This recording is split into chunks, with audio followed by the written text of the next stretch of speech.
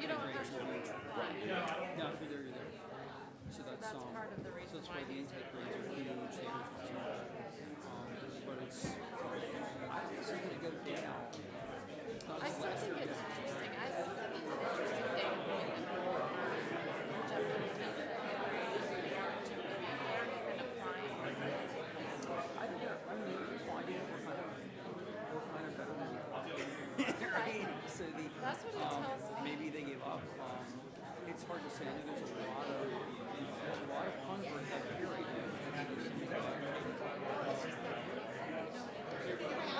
Absolutely, you're fine. I think it's that.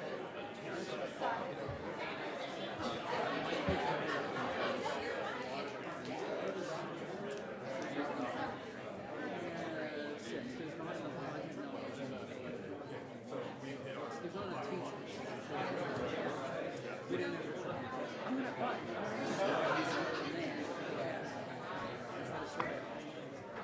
I think it's pretty good. Now, right here, people I know is the university. Secretary Center. Not university folks in here. But also to type it off.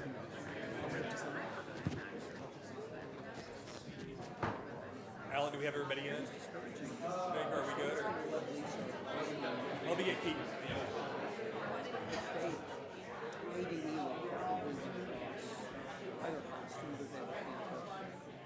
After they get rid of Marty, if they get Marty, I think there's a good program.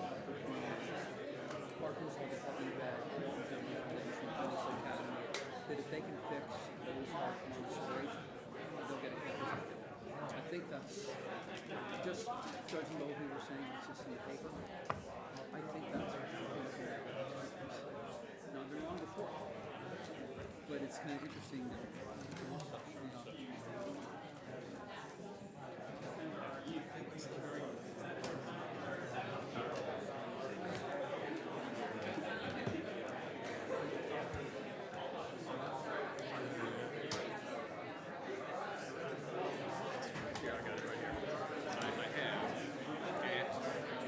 FPS 2018. And that was the guest 20 or I just showed WLAN gas. yes, 2018? But perhaps it's without daylight. I think I updated it. Good?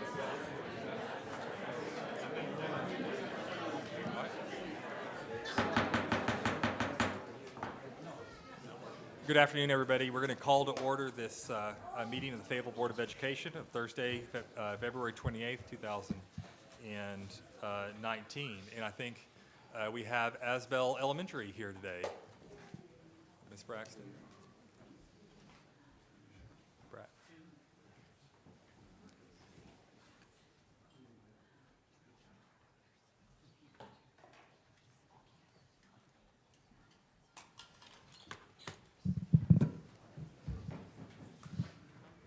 Thank you for having us tonight. They are very excited, and we're going to let them introduce themselves.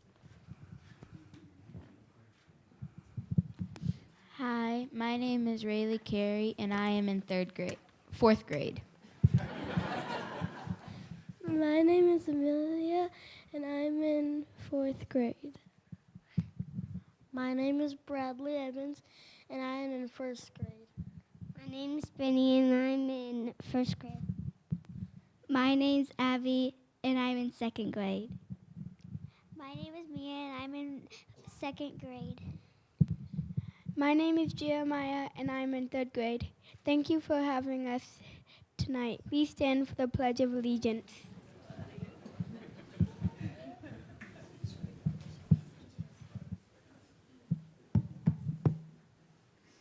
Start a statement. Pledge allegiance to the flag of the United States of America and to the republic for which it stands, one nation, under God, indivisible, with liberty and justice for all. Thank you. Thank you, guys. You did a great job. Thanks for having us. Thank you, Ms. Brown.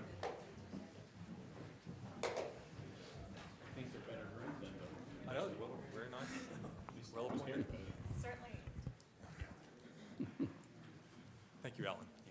Our roll call. Justin Eichmann. Here. Tracy Farah. Here. Nika Weitzman. Here. Tim Hudson. Here. Bob Moranto. Here. Megan Hurley. Here. Keaton Smith. Here. Begin our recognition agenda tonight is a tradition that's gone on as about as many years as I've been here. Every year, Fayetteville High School leads the state in the number of National Merit finalists, and this year is no exception. We'd ask those, will you finalists that are here, please come forward.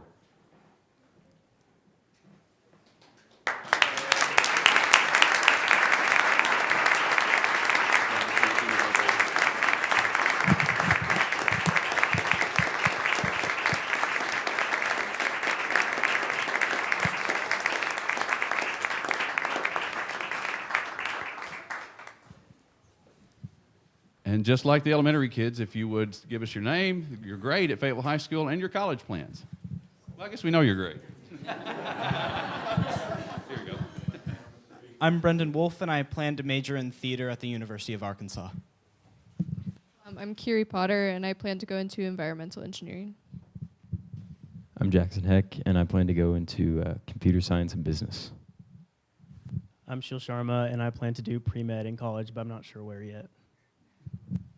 I'm Albert Coe, and I plan to go into computer science. I'm Spencer Walker, and I plan to work in medicine. I'm Austin Liu, and I plan on studying economics at Northwestern University. I'm Kexon Mang, and I plan to study cellular and molecular biology. I'm Ethan Peters, and I plan to study biochemistry and trombone performance at the University of Arkansas. I'm Carson Haller. I don't know exactly where I'm going yet, but I think I'm going to study environmental science. I'm Grayson Young, and I plan on studying biomedical engineering. I'm Josie Crouch, and I plan on dual majoring in English and journalism at Mizzou. My name is Isaac Smith, and I plan on attending St. Louis University and studying sports business. I'm Fletcher Hall, and I plan on studying chemistry.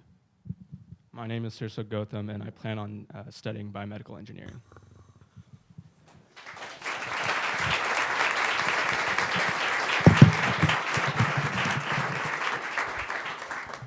Just real quick, just to let everybody know, 1.5 million people take this test when they're juniors, and this right here is the people that get to this level are the top 1% in the nation. And that's huge.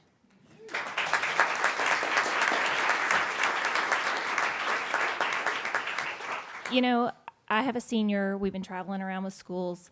You don't realize what we have here, that how impressive it is that what you guys have accomplished and that there's so many of you. So you should be really proud of yourself. Congratulations.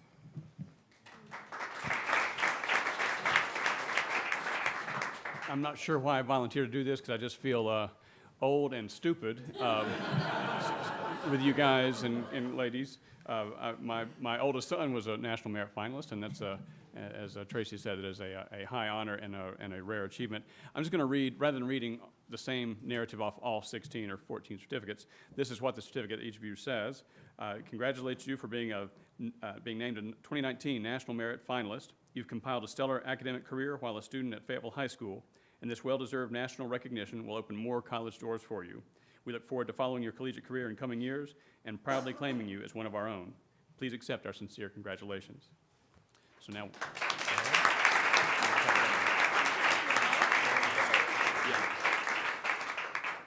Mr. Wolf. Yeah. There we go. Thank you. Congratulations to you. Thank you. Ms. Potter. There we go. Congratulations to you as well. Mr. Sharma. There you are. Thank you. Mr. Hall.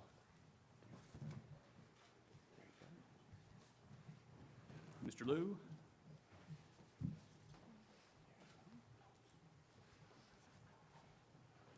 Mr. Matlock. Not here. And Isaac Smith. There we are, Isaac. Well done. Cheer check.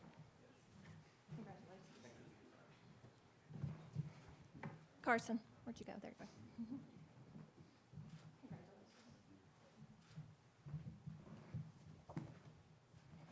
Jackson. Do I get to hug?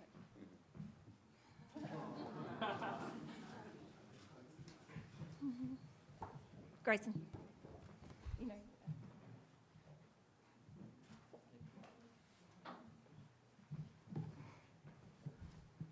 Spencer.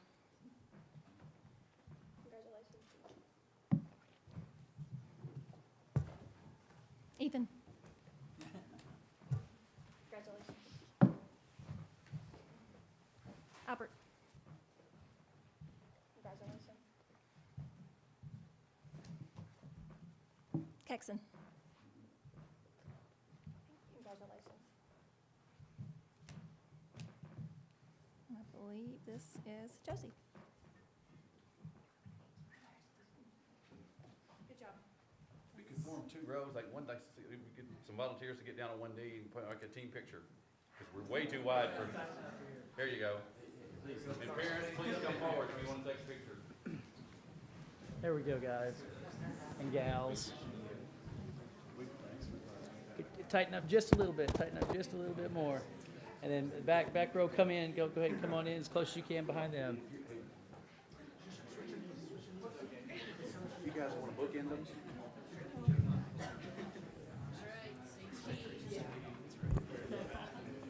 All right, let's do it.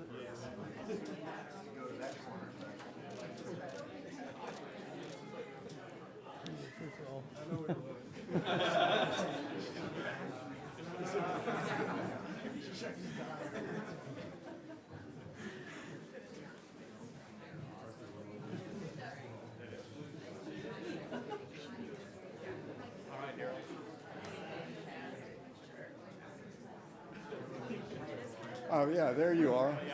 Here, wait. There's Tim. Yeah. Here, we'll get video of you. Thank you. It's kind of hard to get a picture without that thing in. All right, now that you guys are all warmed up.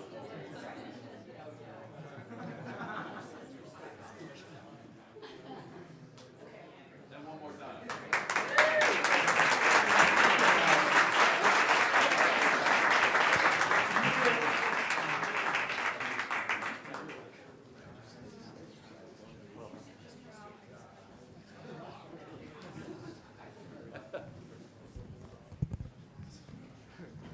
Oh, sorry, Keith. Take place. We're going to do science. Sure. Oh, that's true. Okay, sure. Well, another tradition about this time of year is to recognize the team that won the Arkansas Science Bowl. And for 3 of the last 4 years, that's been the team from Fayetteville High School. Will the Fayetteville High School Science Bowl team members please come forward? As well, and their faculty sponsors.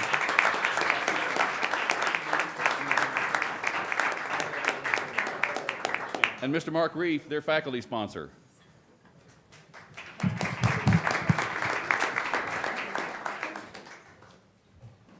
Okay, this time, if you, some of you, because not all of you are seniors, if you will give us your grade and where you are at school, obviously your name, and if you are a senior, your college plans, even though you probably just said it. I'm Kaushik Sampath. I'm a junior. My name's Kevin Liu. I'm a sophomore. I'm Grace Lee. I'm a junior. I'm Sirso Gotham. I'm a senior, and I plan to study biomedical engineering. I'm Fletcher Hall. I'm a senior, and I plan to study chemistry. And the guy on the right, who's coached us for many years, and I believe is a Fayetteville High grad, right? Yes. Aha. Mark Reef.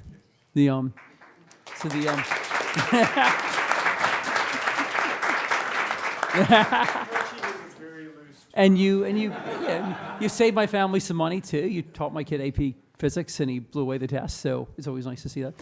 Really impressive achievement. These academic competitions are really as fun as sports competitions. They're a lot of fun. I used to do them when I was your age, and it's so impressive. We've done so well with this many years. We've got Mark's leadership. We've got so many great science teachers, from Campbell, Viven, Stoker, Harris, a ton more I can't mention because they're all out there. But I know my kids have loved it. You guys obviously have loved it. So I will read the official proclamation, which is 3rd time in 4 years, you have made us look great, winning the Arkansas Science Bowl and setting a great standard and for Fayetteville High in the state of Arkansas. Accept our sincere congratulations. And there's a nationals, right? You're going on to? Where is that? Washington, D.C. Whoa, excellent. Thanks so much. Thanks for your work. Great.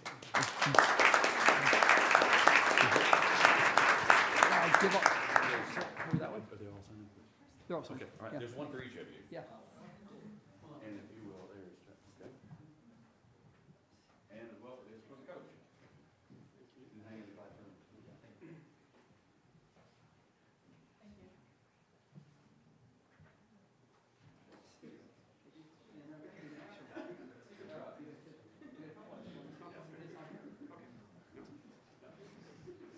If you guys could kind of tighten up right here, I'll get a picture of everybody here. If you can kind of tighten up just a little bit better. Okay, one, two. We're gonna get them out. Okay, 1, 2, 3, 1, 2, 3, 1, 2, 3. Great. Thanks.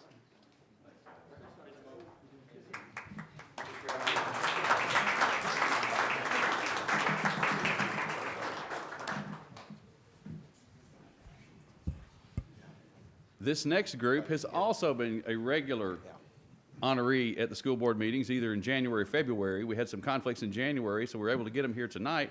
It's the Fayetteville High School Student Council. If those members will please come forward.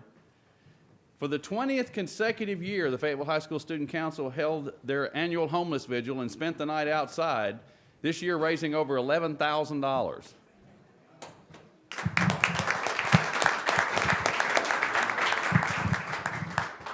I'm Thomas Givens, and I'm in 10th grade.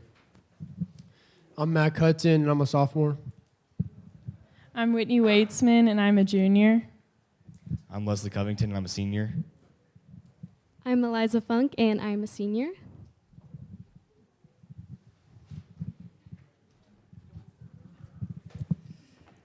This is always our favorite part of the meeting, where we get to recognize all the great things going on in our schools. And with all these great academic achievements, we also get the opportunity to recognize some of the really cool things going on apart from academics. And one of the best things about Fayetteville High School, in my opinion, is the way that students mix it up and try really hard to look at life through the eyes of someone who's not like them. And I think this homeless vigil is really one of the best opportunities to do that. I have so much respect for you kids. It's always one of the coldest nights of the year. I don't know why that is. It always happens that way. Thank goodness it's not tonight, because I think it's snowing out there tonight. But and $11,000, which was like a record, wasn't it, Coach White? Not quite. Oh, it was close to a record. Sorry, it's still a lot of money. And anyway, we are just super proud of you guys for taking this on every year and committing 24 hours of freezing cold. Well, I guess it's not 24, it's more like 12 hours, but it's 24 because it takes you that long to recover, right? You have to sleep a little bit the next day. So we're proud of y'all. For the Fayetteville School District is pleased to recognize and honor the FHS Student Council for your work on the 2018 Homeless Vigil. For the 20th consecutive year, FHS SUCO members have sacrificed both their time and personal comfort to raise awareness of their less fortunate peers and collect funds to help them. This annual event truly speaks to the heart of Fayetteville and how we care for each other. Please accept our sincere congratulations. Good job.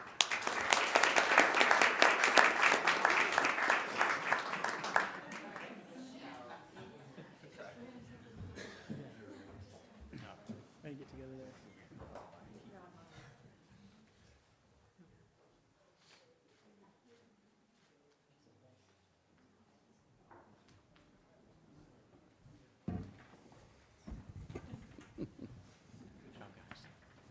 And our Above and Beyond Awards that are presented by the Education Committee of the Fayetteville Chamber of Commerce. And to do the honors, please welcome Kirby Harris. Our February honoree is Reese Simrell, a bus driver for the Transportation Department. If he will join us up front. A parent wrote this about Reese. Mr. Simrell drives my son from Holcomb to the high school every day, and my son always has a story to tell about the ride.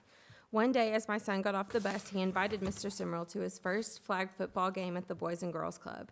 Mr. Simrell and his wife attended the game, and my son was so excited to see him. His teachers always attend, but it was a surprise for us all to see Mr. Reese take time out of his schedule to support one of his bus riders. A second nomination reads, I have had the pleasure of attending 2 different field trips this year where Mr. Simrel was the bus driver for my students. He greets my students individually as they enter his bus. He is kind and welcoming to all of us. He also compliments the students for their behavior and makes the teachers feel proud of their students. Upon arrival at the field trip site, Mr. Simrel provides the classroom teacher with a business card and lets them know to contact him when it is time for departure. It is amazing the difference he makes in an off-campus experience for the classroom teacher and the students. Mr. Simrel goes above and beyond to make everyone feel safe and welcome. Congratulations.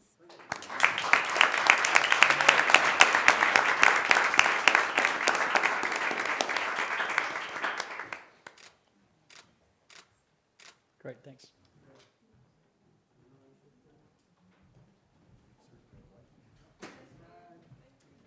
Mr. Eichmann. Thank you. I do have one request for citizen participation. It's Dr. Terry Trimwell. Are you here? Please come on forward. Welcome. Thank you. I teach the sustainability and business class at the University of Arkansas, and I have for about 13 years now. So that's related to the topic I'm presenting right now. I understand that there's a new bus barn that's had an RFP out but hasn't been set yet. I see that as an opportunity for to convert to EV buses. Right now, diesel buses idle in close proximity to students, and that's not a good thing. I mean, I think we all understand that intuitively. There are 3 major companies that build buses in the U.S. One is Thomas Built Buses, IC Buses, which is related to Navigator. Thomas Built is a Daimler company, and our Mercedes-Benz Daimler company. And then Bluebird, all 3 of which have come out with EV buses. So, I mean, it's clearly indicating what the future is. Bloomberg New Energy Finance just had an article recently that they put out saying that there would soon be, by 2020, that there would be triple the number of EV buses that there are, the number of electric vehicles globally that there are now. Right now there were 2 million electric vehicles sold in 2018, and there's on the order of 4 million on the road globally. So we're talking about going from 4 to 12 million by the end of 2020. The total cost of ownership is actually favorable now, according to Bloomberg again. The first cost is dropping. You know, the maintenance costs, the operating costs are very low with buses, but the initial cost is a bit high, but they're dropping fast. And there's new funding opportunities for buses from the VW settlement, which has allocated about $14.65 million to Arkansas. So that money's available and can be applied for. There's no application ready as of the moment, but the website for the VW dispersal in Arkansas says that it will be soon. And Deanna McKnight, I've got a phone number for her, if anybody's interested, is going to be the administrator of the pertinent portion of the VW settlement. Some possible funding, other funding sources would be SWEPCO. In Southern California, the Southern California Edison Company sponsored buses, or the electric co-ops of Arkansas, which has had a lot of interest in electric vehicles recently. It would be a good educational demonstration for our students, and it's consistent with Fayetteville values. Several attributes of electric buses, since they don't need to idle. There's no ground level ozone, which can be a problem in Fayetteville. There's no contribution to asthma from NOxes. They're extremely quiet, so there's no noise pollution. And it would be exposing our students to the mentality of the clean energy economy and clean energy jobs. If I were asked, I would be very interested in heading up an EV bus task force. So that's what I've got for this evening. All right, well, thank you very much. We appreciate it. And I will point out that our Director of Transportation is sitting 2 rows back right there waving. Excellent. Right there, just to put you two in contact. And thank you very much for coming forward. Thank you. If you have a CDL, we'll hire you to drive tomorrow morning. Okay, so that concludes the citizen participation, and we're going to move over to board member liaison reports and to Tim, who's our legislative liaison. There are a lot of bills filed that touch public education in some way or other. I will probably this evening I'll forward the ASBA kind of advisory thing to each of you, so you can kind of do a little bit of your own work there. We could be here for a couple hours if I went through all the ones that cause particular concern. ASBA had their own legislative package of a few bills. I know 3 of those have passed. None are particularly controversial or well, there's some importance to them, but I'm not going to go through them since they're all now acts. There is one, actually a number of things.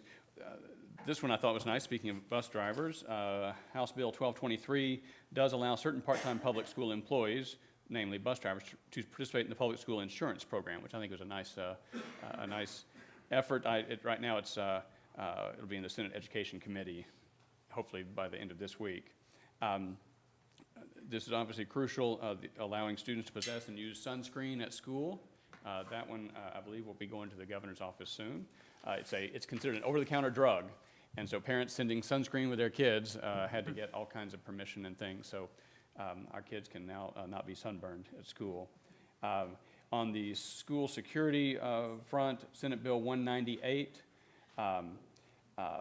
requires the Arkansas Commission on Law Enforcement Standards and Training to conduct a study on the feasibility of a school district being allowed to establish its own law enforcement agency, which is an unusual, in my view, an unusual tactic to take. I think the School Safety and Security Task Force of our own, as well as the state one, at my understanding, they did not recommend that school districts begin to form or establish their own law enforcement agencies. Our approach has been to hire school resource officers in conjunction with the Fayetteville PD. Another bill, Senate Bill 383, would allow school districts to establish and appoint an institutional law enforcement officer, which is something that I know has been talked about in our district as a possibility. This one, I have my own concerns about it, but I'll let you come to your own conclusions. House Bill 1390, requiring the first day of the school year to be no earlier than the Monday prior to Labor Day, or the last Monday in August. Has not been presented in committee yet. They are expecting amendments to that bill. That would put the start of school year much later than we're currently able to start up. I think, Dr. Colbert, I remember the August 13th is the earliest that we can get rolling, as it now stands. This one is House Bill 1402. Has to do with special elections, and it's every kind of special election, not just school elections, utility commissions and so forth. But it would require all special elections, including school millage elections, to only be held in May or November around the primary or presidential election timeframe. School boards could not call for a millage election at any other time throughout the year, as we've had the flexibility to do in the past. It has been amended. It's supposed to be in the House State Agencies and Governmental Affairs Committee this week. Concern that ASBA expresses is that school millage issues would get lost, especially in presidential election years when you've got a lot of things on the ballot. And if it happens in a preferential primary year, that would require that each party ballot, when we go and select our party affiliation to vote, that would be on each of those ballots, which my own personal concern there is that it would further politicize school issues. And as we know, we're elected in a nonpartisan fashion. It does allow for voters to request a special ballot if they are not participating in one of the party primaries, which again I think is putting yet another kind of hurdle in terms of participation in a school election in that case. Senate Bill 349, the ASBA opposes. That would reduce national school lunch state categorical funding if a district's reading readiness is below a certain level. There was a lot of blow about that folks misunderstood and thought that it would remove school lunch food funds from districts. It's the categorical funding which districts use to hire special staff and employees to help in particular school buildings. This one, after 2 or 3 years of not meeting a certain standard, would actually start removing those funds from those districts, which to me is counterintuitive. If they're having a hard time, why would we take money away from them?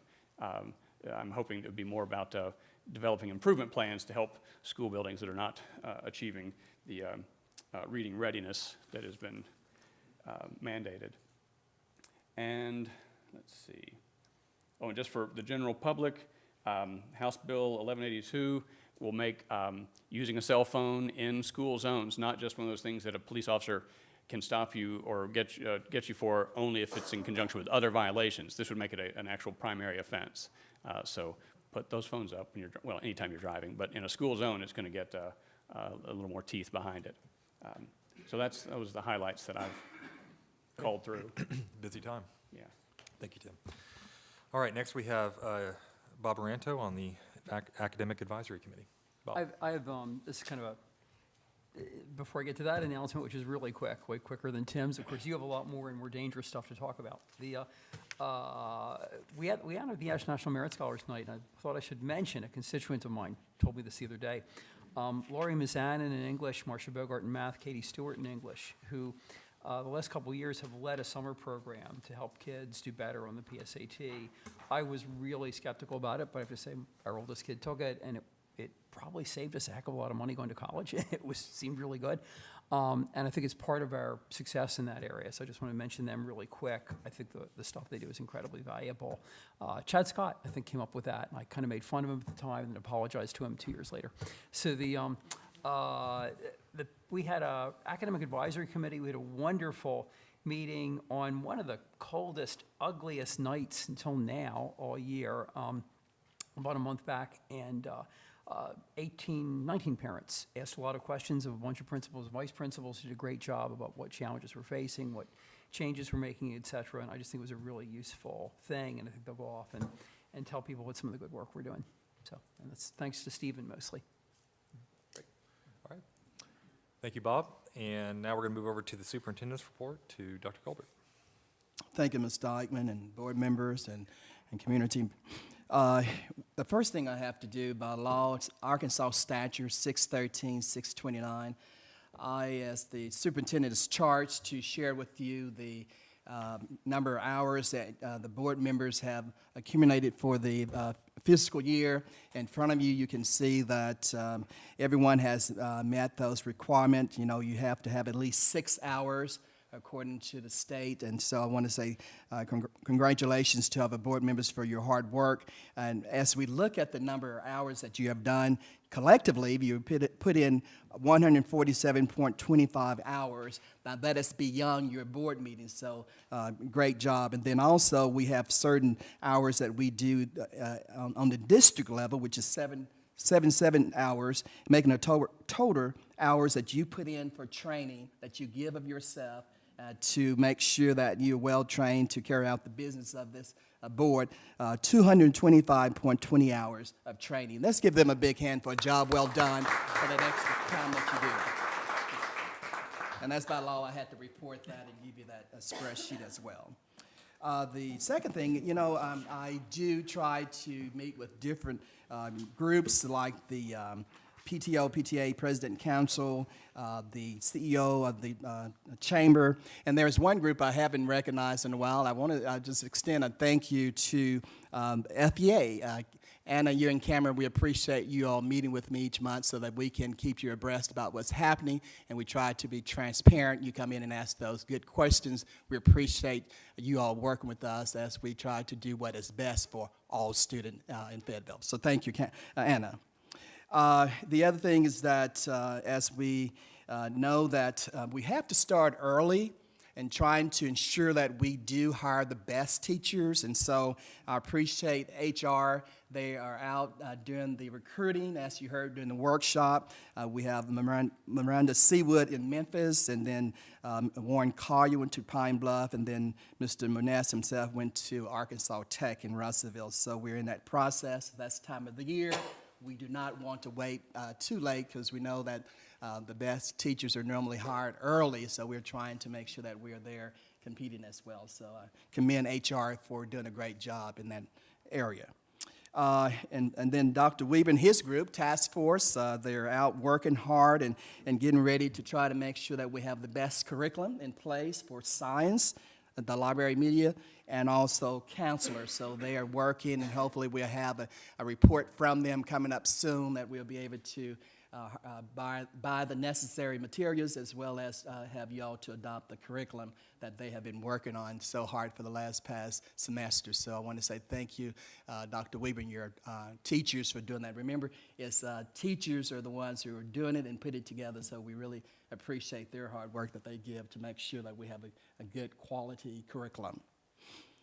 And then also the last thing I have is that, as you know, is Read Across America, celebrating Dr. Seuss' birthday, and it's one of the favorite things I like during this time of the year. Today I did go to Happy Hollow, and I acted out Green Eggs and Ham, one of my favorite. And then I guess the little girl liked me so well, she decided to give me a little medallion to wear. And so I appreciate that. But we will be doing that again at tomorrow at Washington at 7:45, Owl Creek at 8:30, Holcomb at 9:15, and Leverett at 2. If you have time to come out, please come and see that, okay? Thank you, Mr. President. That's great. Okay, so now we're going to move over into the consent agenda, which is before you. I think there was that for the, no, that wasn't, never mind. I do not believe there's a consent. Jennifer, is there a slip sheet for the consent? No, I thought that was for the regular agenda. So there is no slip sheet, so at this time we can entertain a motion to accept the consent agenda as presented, or if there's an item that needs to be pulled out, we can hear that motion as well. I'll move that we accept the consent agenda as presented. Okay, it's a motion by Nika. Second. Second by Bob. Any discussion from the board? All those in favor say aye. Aye. Aye. Any opposed say no. Okay, the consent agenda is approved, 7-0. We're going to move over to new business, and before us, earlier this month we had a joint city and school board meeting. It was at the beginning of February. We held it in Alps, and this was the second one in a row. We held a joint meeting last year as well, and we plan on continuing that practice. And one of the topics of discussion that we have been working on is a shared use agreement between the city and Fayetteville Public School System. And I'm going to go ahead and turn it over to Keaton, who acts as our liaison for with our relationship with the city, and who's worked on this agreement. And that's what we have before us tonight. Sure, thank you. So this is a resolution that the City Council has also actually already passed, and it's non-binding, and it just expresses our intent to work with the city to establish new shared use agreements. So as we discussed at the meeting, the shared use agreement is an agreement to share facilities such as athletic or recreational facilities, both indoor and outdoor facilities, and of course there's liability and operations costs and maintenance cost considerations that need to go into those specific agreements. So this doesn't establish any new agreements. It just builds on a long history of partnership and existing shared use agreements that we have with the city and endeavors to continue collaborating and establishing new ones. Well, this is an item that's on new business, so it'll be back before us next month as well. But is there any questions or discussion that we have before us today? I think I know the answer to this, and it's a good answer, but just to check, no, there aren't any implications in terms of liability, say. If somebody uses our facility and there's issues. This isn't a particular, my understanding of that, Bob, is that this isn't a, as Keaton just said, it's not a shared use agreement. shared use agreement Okay. itself. It's a resolution to pursue one, okay, those okay. So as premature. applicable. Okay. So there could be liability in any of those. There's not Mhm. liability in this. Okay. And I do believe, we do have existing shared use agreements, and we have, our playgrounds are used by the public, and the public uses in a number of our facilities, and I think the idea here is to expand on that a little bit, maybe formalize a little bit, but we also, may be moving forward with a partnership with the city on Lewis Fields, which would be something that would come before us at a later time. The council's already passed it. Yes. Okay, so I guess look badly next month if we didn't. But yeah, we've said this before. We've really benefited, and I think the community has benefited by when we've been able to open facilities for broader use than just the school day. It would seem kind of wasteful not to, actually, so, yeah. I think it's also, it's been, you mentioned playgrounds, and it's been such an issue of concern, I think, especially during the summers and stuff, as we have fenced in our facilities, that there's been sort of different execution around the district on how to do that, and the opportunity to formalize that and to make it how that works transparent to constituents, I think, is important. I appreciate your work to do this, Keaton. Yeah, thank you. All right, thank you, Keaton. Next, we have bus bids. Ms. McClure, are you up for this one?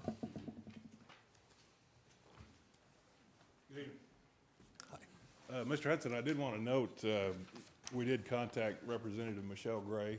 She was the sponsor of House Bill 1223, and we expressed our gratitude for that. We hope it will help us attract more candidates and also help us retain employees that we already have. So, Great.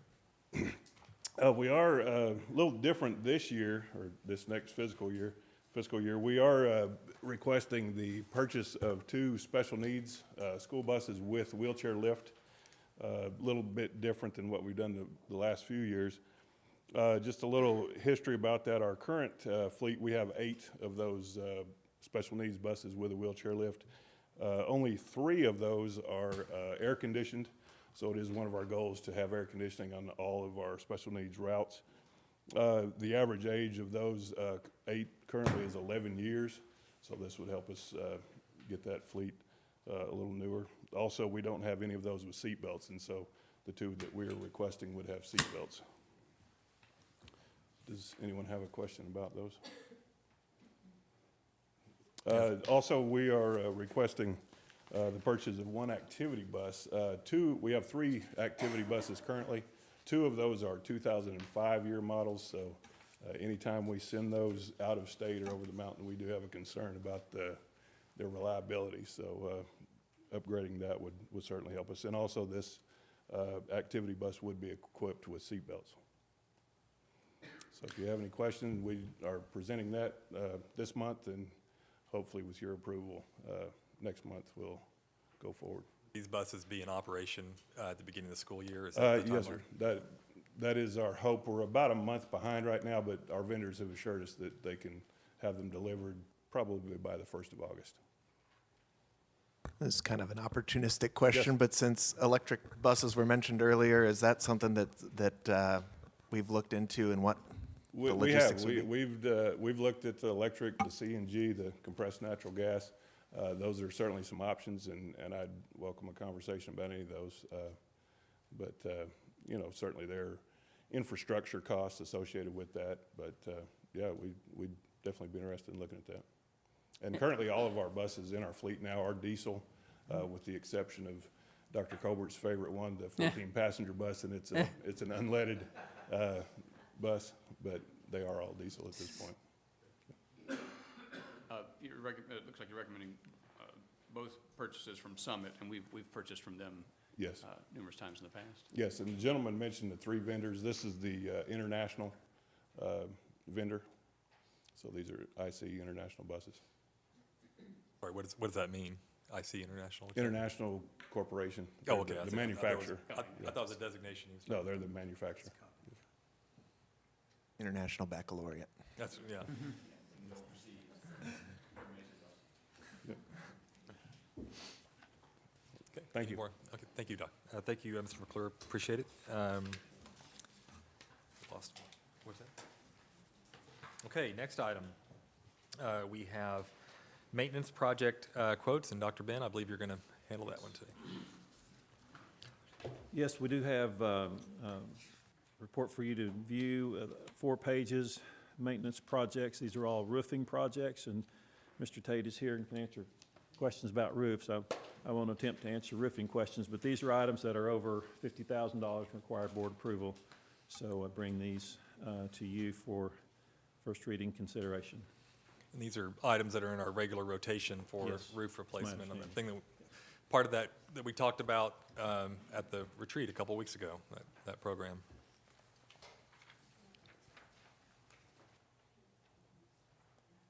I'm sorry, who's confused? So they're part of the replacement cycle? Yes. But line item, okay.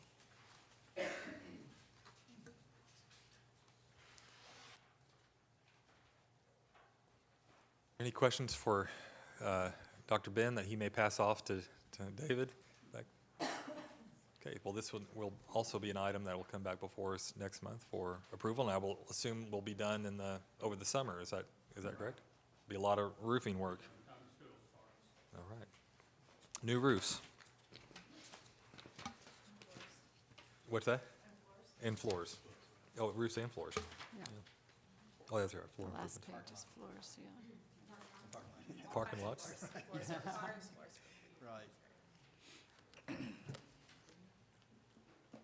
All right, next item is the 2019-2020 revisions to the school calendar, and I'll hand that one over to, is that going to be PPC or Dr. Colbert? Is that going to be you? Yes. She's here. Cincy Mathis.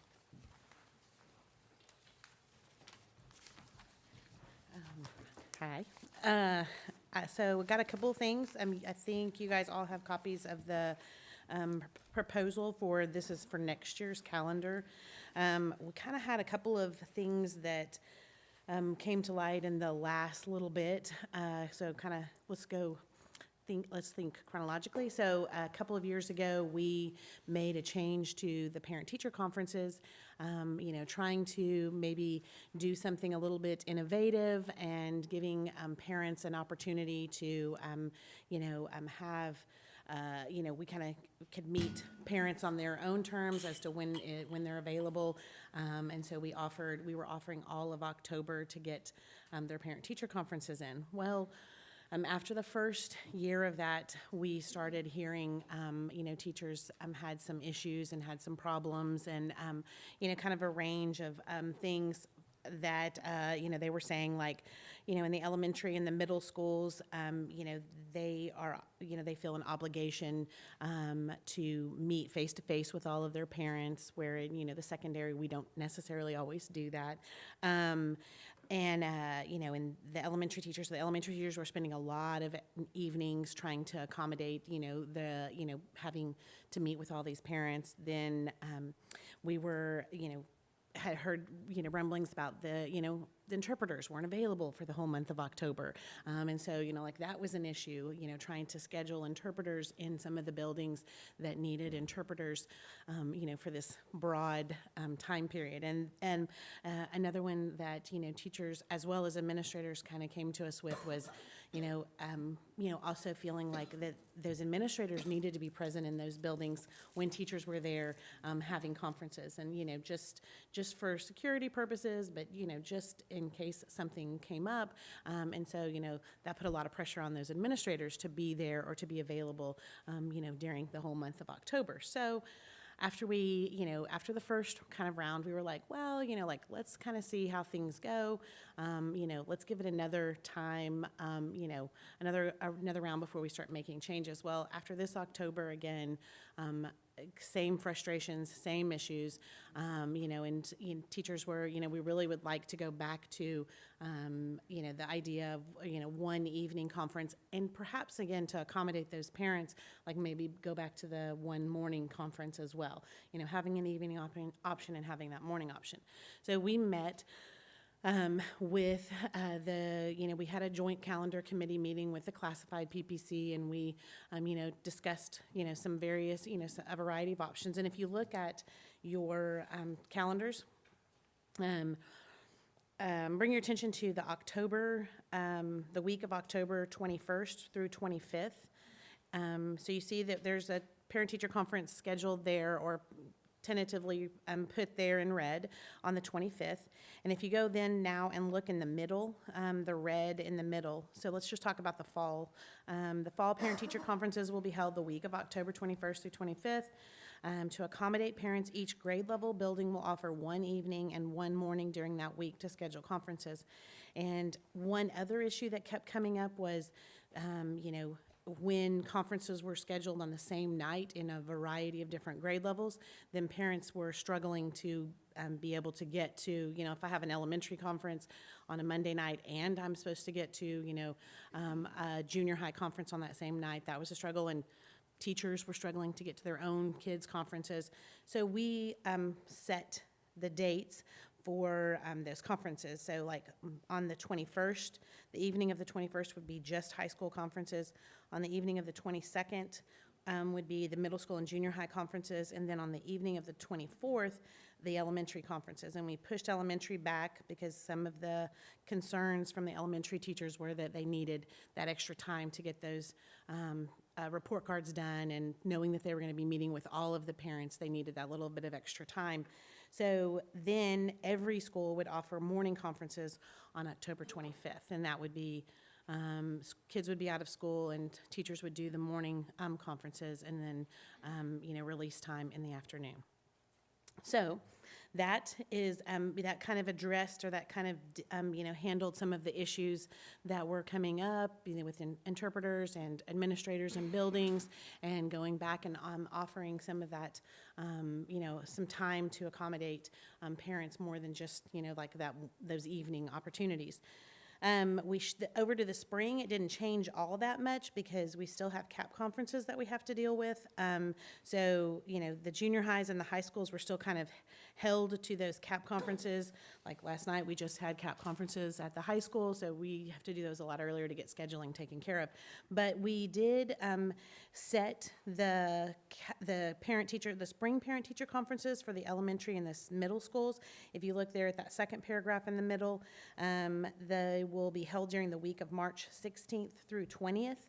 And to accommodate parents, elementary and middle school buildings and teachers will offer 2 evenings during this week. And we said that we would make sure that the buildings kind of coordinated to where that, for example, Holt and Holcomb, feeder schools weren't necessarily on the same night. So, if I had a kid at Holcomb and Holt, then I wasn't trying to juggle that, that they would separate them and have them on different evenings to help with with parents of multiple kids. So there we were, and we had figured out a way to kind of solve that extra day without too much, fuss. And after we voted on it and everything, we were informed of an issue from ADE in regards to the waiver that we applied for several years ago to start school early. So the waiver, said that you can start school early, but you cannot start school any earlier than the 13th of August. And the calendar that we voted on and you guys voted on for next year has us starting school on the 12th, which obviously that's not what ADE said was okay. So we had to, we were going to have to address that additional day. So we came back together, the classified and the certified, and we brainstormed some different ideas. And so what you have in front of you is now what the two groups of us came up with as maybe the best case to address these 2 days that we're adding into our calendar. We moved, as you can see, in August. We shifted all the in-service days, and we start school now on the 13th. We still have our parent-teacher conference day on the 25th in October. And if you go all the way to, let's look at the end of the school year, we added 3 days to the end of the school year. And you might be saying, well, I don't understand why you added 3 days. Well, adding just 2 after Memorial Day, coming from the secondary standpoint, and we, definitely included some secondary, the secondary PPC representatives there, having a final exam on the 22nd of May, and then having that long holiday, and then coming back with just 2 days of final exams, was really kind of a struggle, we felt like, for both teachers and for students. Kind of thinking about equity and what might be fair to some of those kids that either, had a harder final exam that they had to study, that they had more time to study for, or, just in general, the idea that perhaps, just keeping them all together might be our best case scenario. So we said, what if we added a 3rd day and we put a spring holiday in April, which was the only month, if you can see, that doesn't have a day where we're off for either a holiday or a break, or just an in-service day. So this is our proposal, and it is the same, excuse me, for CLC, except for their days are tacked onto their end, and it gives their last day is no longer Monday the 8th. Their last day is now the 9th, 10th, and 11th. So they were going back after Memorial Day anyway. Questions? CLC was going back just for the 8th? Yes, Well, the just for the previous, I 8th. don't So remember like that, this, I'm not saying like this helps them, but in reality, if I'm a teacher, that one day is, that you're coming back on the that being the last day of school, that'd be hard pressed to have, yeah. So I don't know that like they're going, I just feel like that doing something extra for them would only be helpful anyway. Even if it had just been 2 days, but yes, it is. Y'all added it for Easter weekend, right? We did. We kind of thought it was more along the lines of thinking, April, it's a tested, this is when we do all of our big Aspire testing, and so there's a lot going on, and we thought, like a Friday or a Monday are kind of our best options there, because those are the days that we don't test, and so we stuck it there. It was 2 weeks after spring break, and again, kind of also thinking about that intercession for CLC. We didn't want it to be like too close to their intercession, otherwise it's not as, meaningful for them. So, kind of giving there some, kind of putting it right in the middle of spring break and their intercession, and then kind of for us, it'd be spring break and the end of the school year, or for the traditional calendar. I guess for the parent-teacher conference issue, I know that was something that came up as an idea, tested, tried, and maybe not. We just kept getting feedback from it, and from teachers, from administrators, from the interpreter. It was just, I think in theory we really had a good idea to like kind of maybe give some options, but the reality is that it just, for a district this size, it was just way too much to try to manage some of all the different needs of schools, and what that looked like reality. So. Well, we'll say it had the best intent behind it, because the intent was to try to reach out and be able to connect with more families. But sometimes the things you try don't work out the way you want them to. Exactly. I want to understand how shrinking it back into a week solves all of those problems. One of the things that doesn't.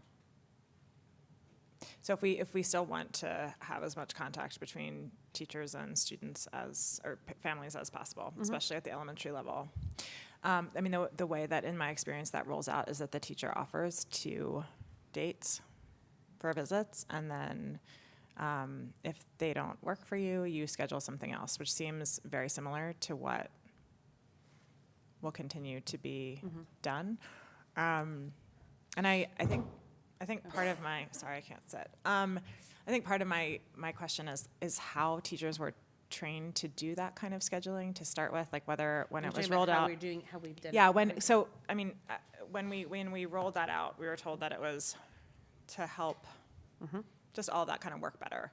And so as we think about why it didn't work, I'm curious about how teachers were trained to do it, or whether teachers were told, like, people can visit you anytime all month, you have to be available anytime all month, or whether it was like, pick your days that work for you. Yeah, I mean, like, No, I I understand. think that matters a lot. So we, so when we made that change originally, we rolled it out to the principals and we said, ideally for this month of October, because according to the state law, you don't have to have a face-to-face parent-teacher conference with every single one of your students' families. So our goal was that you were flexible and that, maybe that parent-teacher conference was not a face-to-face like that person is sitting in front of you, but it was a phone call, because that's okay.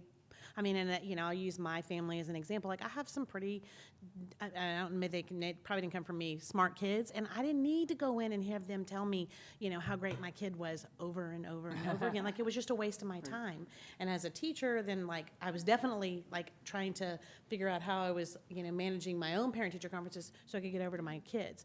So I think the goal is that, we were saying to teachers that, it doesn't have to be a face-to-face meeting.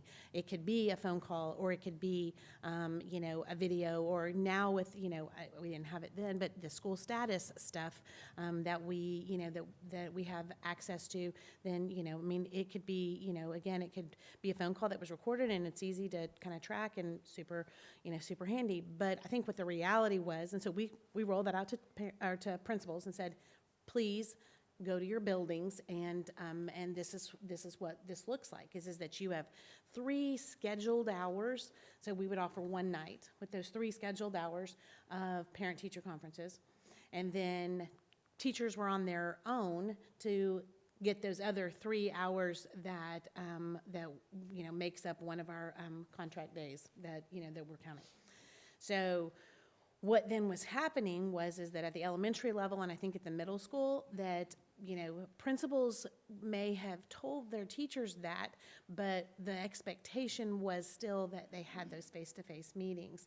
So if I'm an elementary school teacher and I have one night scheduled, but you're telling me that I still have to meet these, I have to still have face-to-face conferences with every single other kid in my class, then I'm scheduling, a 2-hour window here and a 2-hour window here and a 2-hour window here. And, and if there's a principal there, maybe not. If there's an interpreter that I have access to, maybe not. So, we had a lot of frustration because those elementary teachers were still meeting, with every single kid or with every single parent especially during the fall. So that was kind of where we were getting a lot of pushback as far as the district is saying that this is what is an option, but principals are saying we really want you to meet with every single parent. So then that was causing there to be a little bit of a disconnect.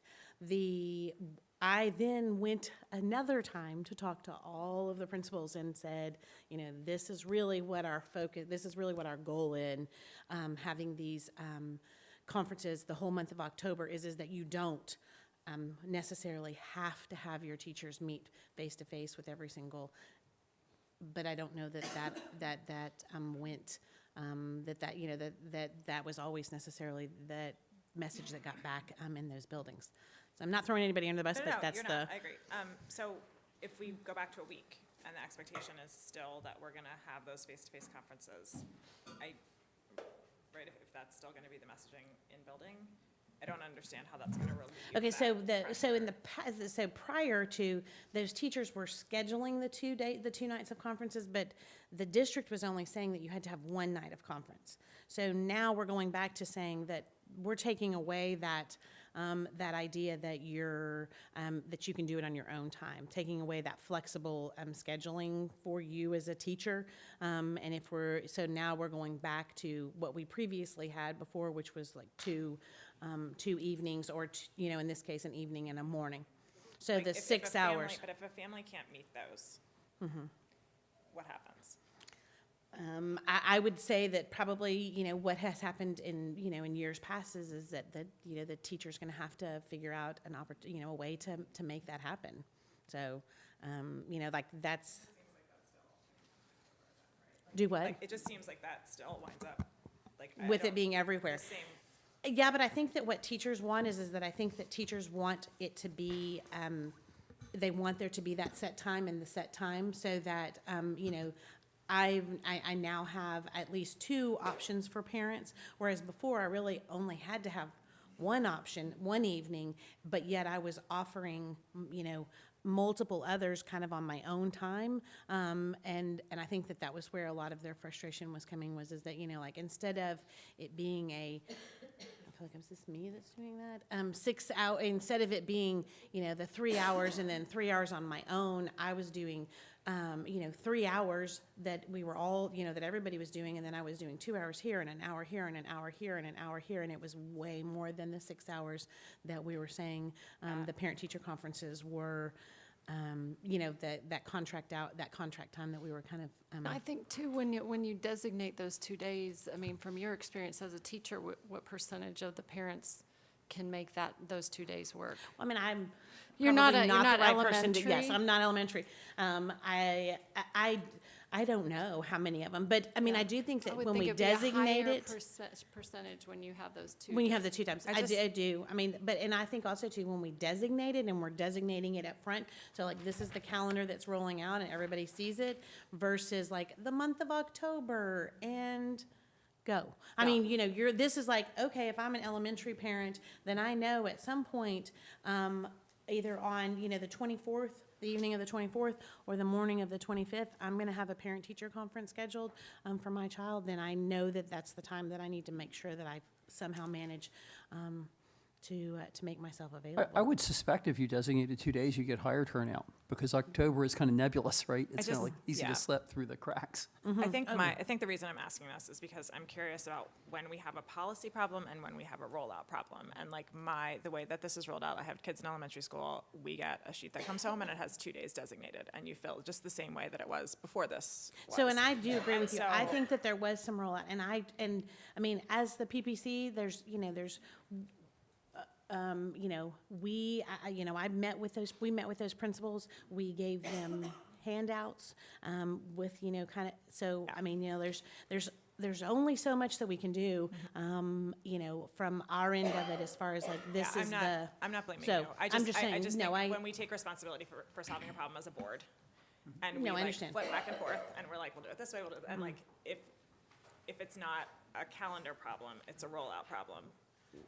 And I agree with you. I completely understand, but I mean. It's important to You just just recognize wanna that. identify I it want as to such. identify that problem because I Yes, feel I like gotcha. that's not setting teachers I up to gotcha. succeed, and Yeah. that, like, I just feel like that's important, that we don't just calendar play when it's not a When calendar it's not, problem. yeah, no, I understand. I completely understand. And, you know, and I agree, but we do have the other issue that is not. I hear you. I hear you that what teachers they- want is this, yes. and I really do.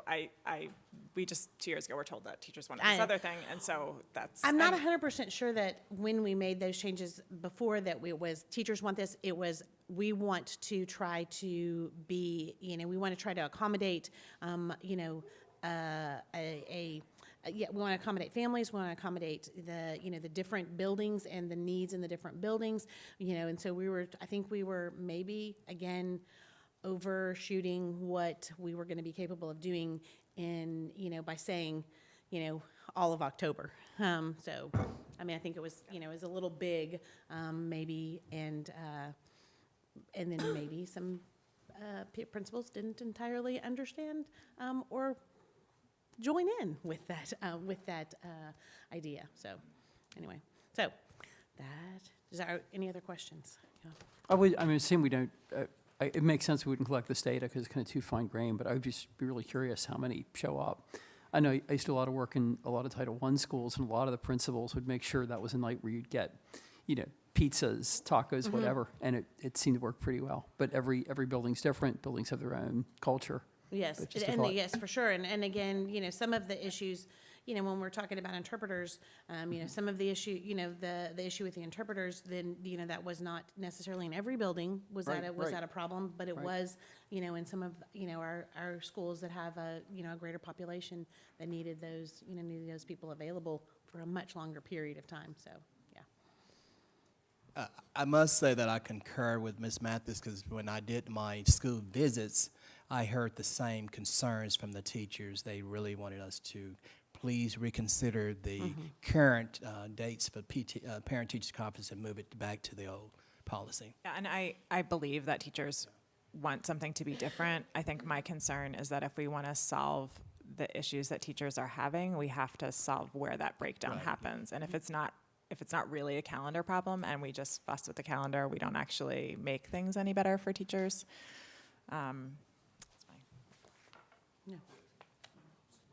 Yeah, is that you, Mona, back there? Yeah, I saw the hand up. Did you want to say something for?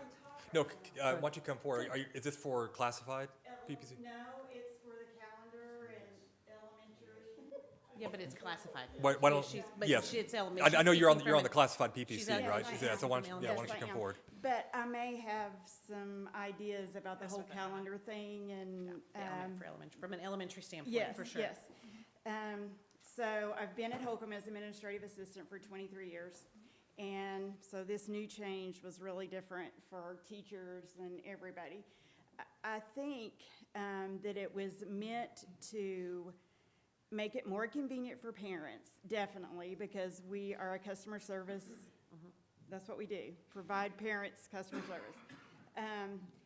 Administrators, if the administrators in the buildings did not set a certain week, like I think it was intended for the principals to set a certain week out of October and say, these are your 5 days to hold conferences in the evenings or lunch, whatever, planning periods or whatever.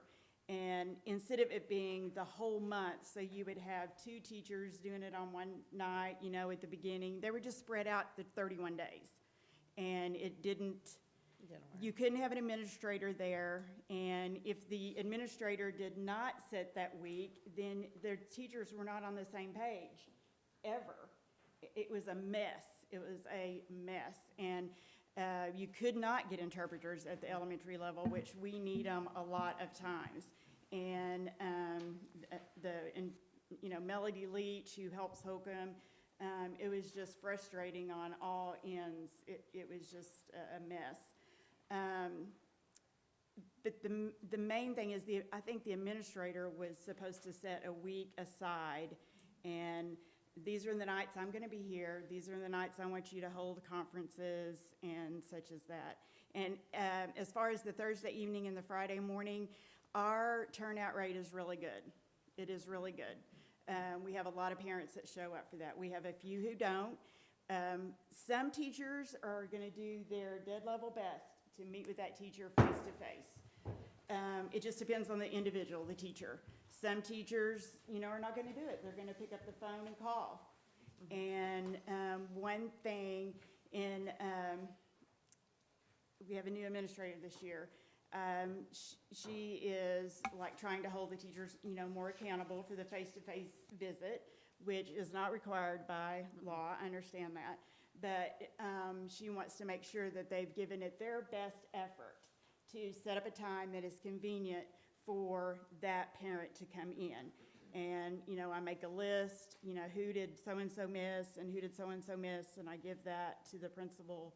At least that's the way I did it last spring. And and that's the way I just did it in October. So, and then she'll get with that teacher and find out, okay, how did you go about contacting these parents to get them in here or their guardians, such as that. But as far as the Thursday and the Friday, it was a good turnout. We had a lot of people show up. So I think to your point, Megan, I mean, the goal, I think, what Megan's concerned about is consistency across the district. And this is something that we've talked about on a variety of different topics. And so, because I think your recommendations, we have a ton of respect for the amount of research and effort you've put into understanding what teachers need and want. And I don't think we would ask for any more from you guys in that regard.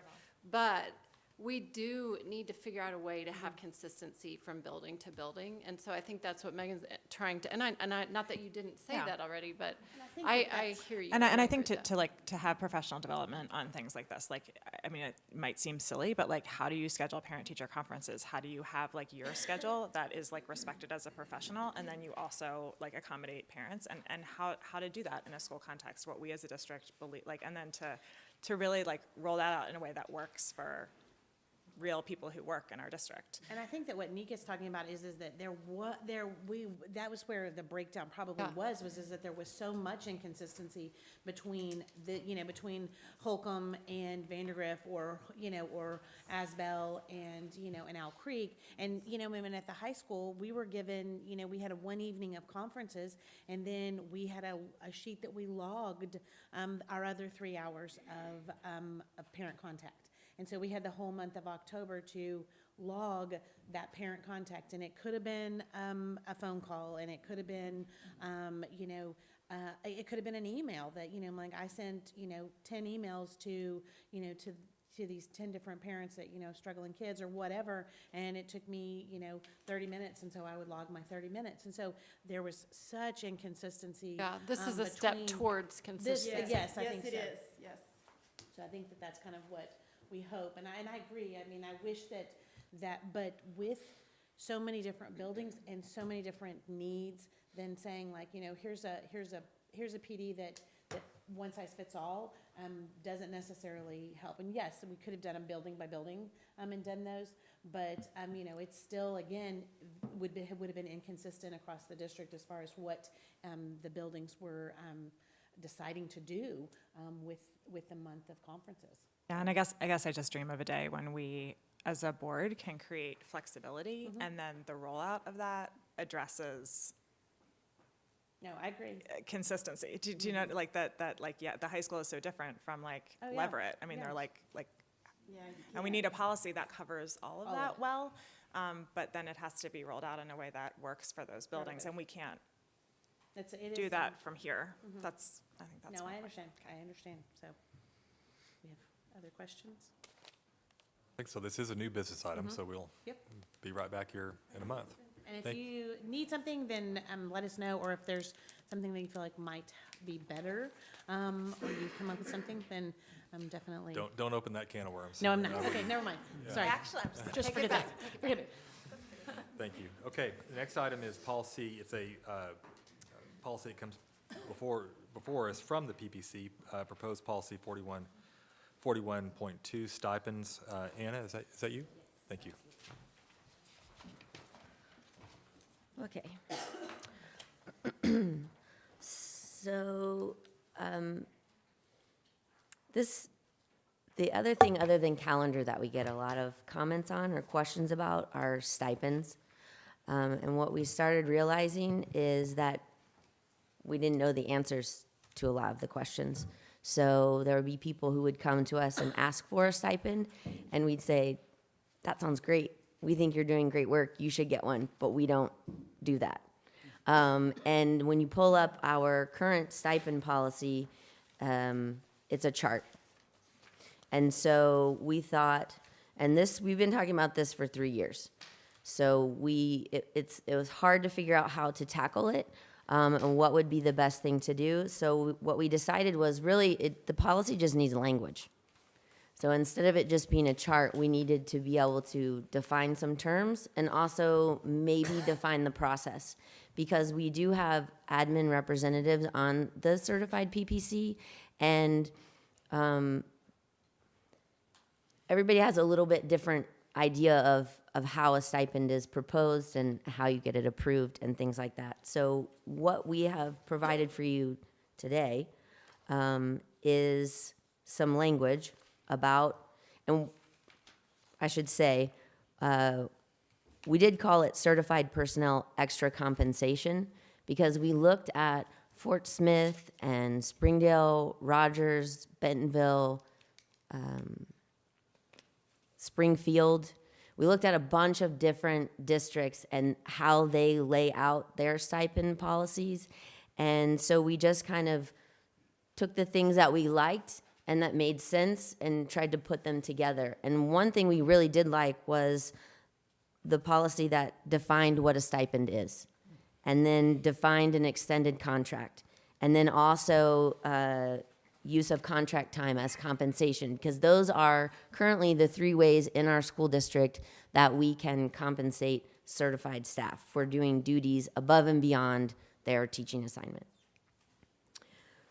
We also felt that it was important that the review process be officially a part of the policy, because we heard from Greg Moniz, and then Andrea Sego is one of our admin representatives on certified PPC, and she said that they do have to every year say who's getting which stipend, and then say which stipends are we no longer using.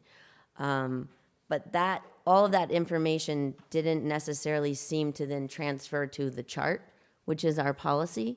So we wanted to maybe use the PBC as a vehicle that could be that historical record that could maintain, you know, what has changed, what is added from year to year, so that when you open it up, it's an accurate reflection of the stipends that our district currently offers. The other thing we wanted, sorry, I skipped one. The other thing we wanted is just basically a little bit about the process, because we didn't feel that as the certified PPC that we should be entertaining requests from specific individual teachers to grant school-based stipends. We didn't think that that was what our role was at all, but we could possibly suggest the process by which those teachers could ask for a stipend if they felt that they were doing something that was above and beyond. And so we gave you, I think maybe we gave you a sample. Okay, so what we did is we kind of divided and conquered, and so one of our PPC members put together a sample stipend request, which is a Google form. It doesn't have to look like this. It can be whatever, but just to give you an idea.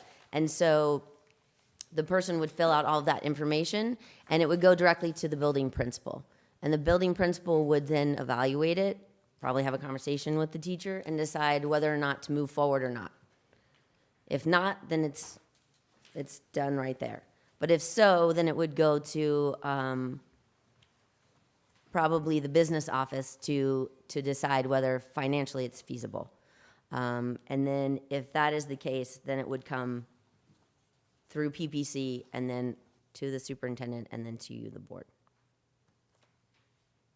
I also put in there's a sample of well, this one is from Rogers, and it's a salary schedule changes, which that's not really exactly what we're saying, because we're not worried about all the salary schedule changes, like raises and things like that, but just really stipends. So if you look at our current stipend policy chart, so it would look like this, and then we would just like draw a line through which one was deleted or added, so people would know. It was like we have framing our future facilitators on there as receiving a stipend, and this is the one that's on our website right now.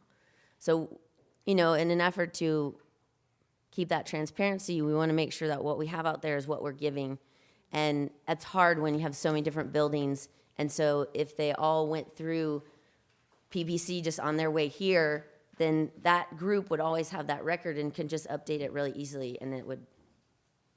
So that's what we have for you as far as the language. Oh, and I should also say, we were trying to make sure that if there's an elementary ACCEP person who's getting a stipend, then if they're at Butterfield, then the Washington one should get the same stipend, and so on and so forth, because we found that there were multiple in-house stipend schedules posted at different schools, and they were like snowflakes, because it was very different from building to building. We also wanted to make sure that if there's a $750 stipend and then 2 people do it, that's $750 divided by 2 and not times 2, because we were running into those as well. So, Do those stipends come from building funds? Like, is it, so when you say that like one thing is at Butterfield and the other thing is at Washington, is that because those building leaders have designated funds differently? Like they've gotten somebody to do ACCEP for $50 and like my the other principal understanding, got them to do it for $700? Greg, correct me if I'm wrong, because we asked this question, that they are district funds. That is correct. I'm assuming we haven't, commissioned a study to see how, what the impact of this looks like in terms of uncovering, because it's probably not part of your day job to go culling through every building and say, okay, which... Anna gets a stipend. What's that? Anna's going to get a stipend. Yeah, well... Yeah, that's coming next. I'm going to propose a Special hefty stipend. But it would be, as these things are discovered, Mhm. and it's to my view, it's understandable that we would have some things that Sure. linger on a schedule. We did a major cleanup several years ago, Mhm. And an update. There were some that hadn't been adjusted in a long, long time, and some of those roles have become much more robust than they may have been before. So I appreciate the extra attention, because you look at that schedule and what that reflects in terms of the activity, the Science Bowl coach, and that impact that person's having, throughout not just the students, but the families and so forth. So it is well-deserved extra compensation, and I Right. appreciate the attention to making sure we're handling it equitably and fairly throughout all the buildings. I was looking at the process, and it's like at the bottom of the under extra compensation proposal. Yes. And I guess the idea would be proposing a process that trickles up, goes through the administrative process, and then comes to the board in June. That's our budget process too, right? I mean, that's when we approve the budget. So I'm thinking of like salary schedules that you do with budget. Would that be something that could be a schedule to the budget that we pass? It makes sense to me that with the budget you'd have, if you had the new stipend schedule, or if you did a raise or a COLA or something like that, you'd have a new pay grid, but that would be in line with that budget process. And just to clarify, what happens each year whenever the principals are updating that schedule, we send the list out to the schools and we say, principals, this is who we have in your building currently who's getting this stipend. Will you update the person that's getting it? They're not actually marking the stipends off of that list. They're just saying, instead of Anna gets it, Greg gets it, or whoever gets it in their building, they update that so we can get contracts correct. So that's the process that happens at the building level. And then that's done at this time of year, so we can get contracts done and the budget set. That was going to be my question. Is that in line with that's in line with your current process, right? Yes. Okay. Yes. But, it happens at the start of a fiscal year, so in March is when we're doing that.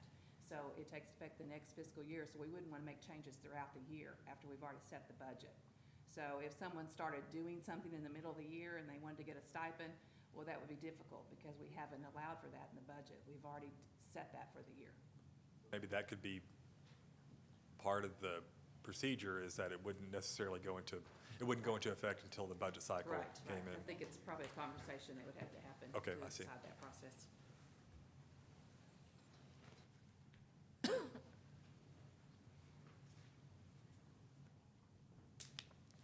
These things start off simple in conversation and sometimes are much more challenging in application. So I appreciate the time that goes into something like this.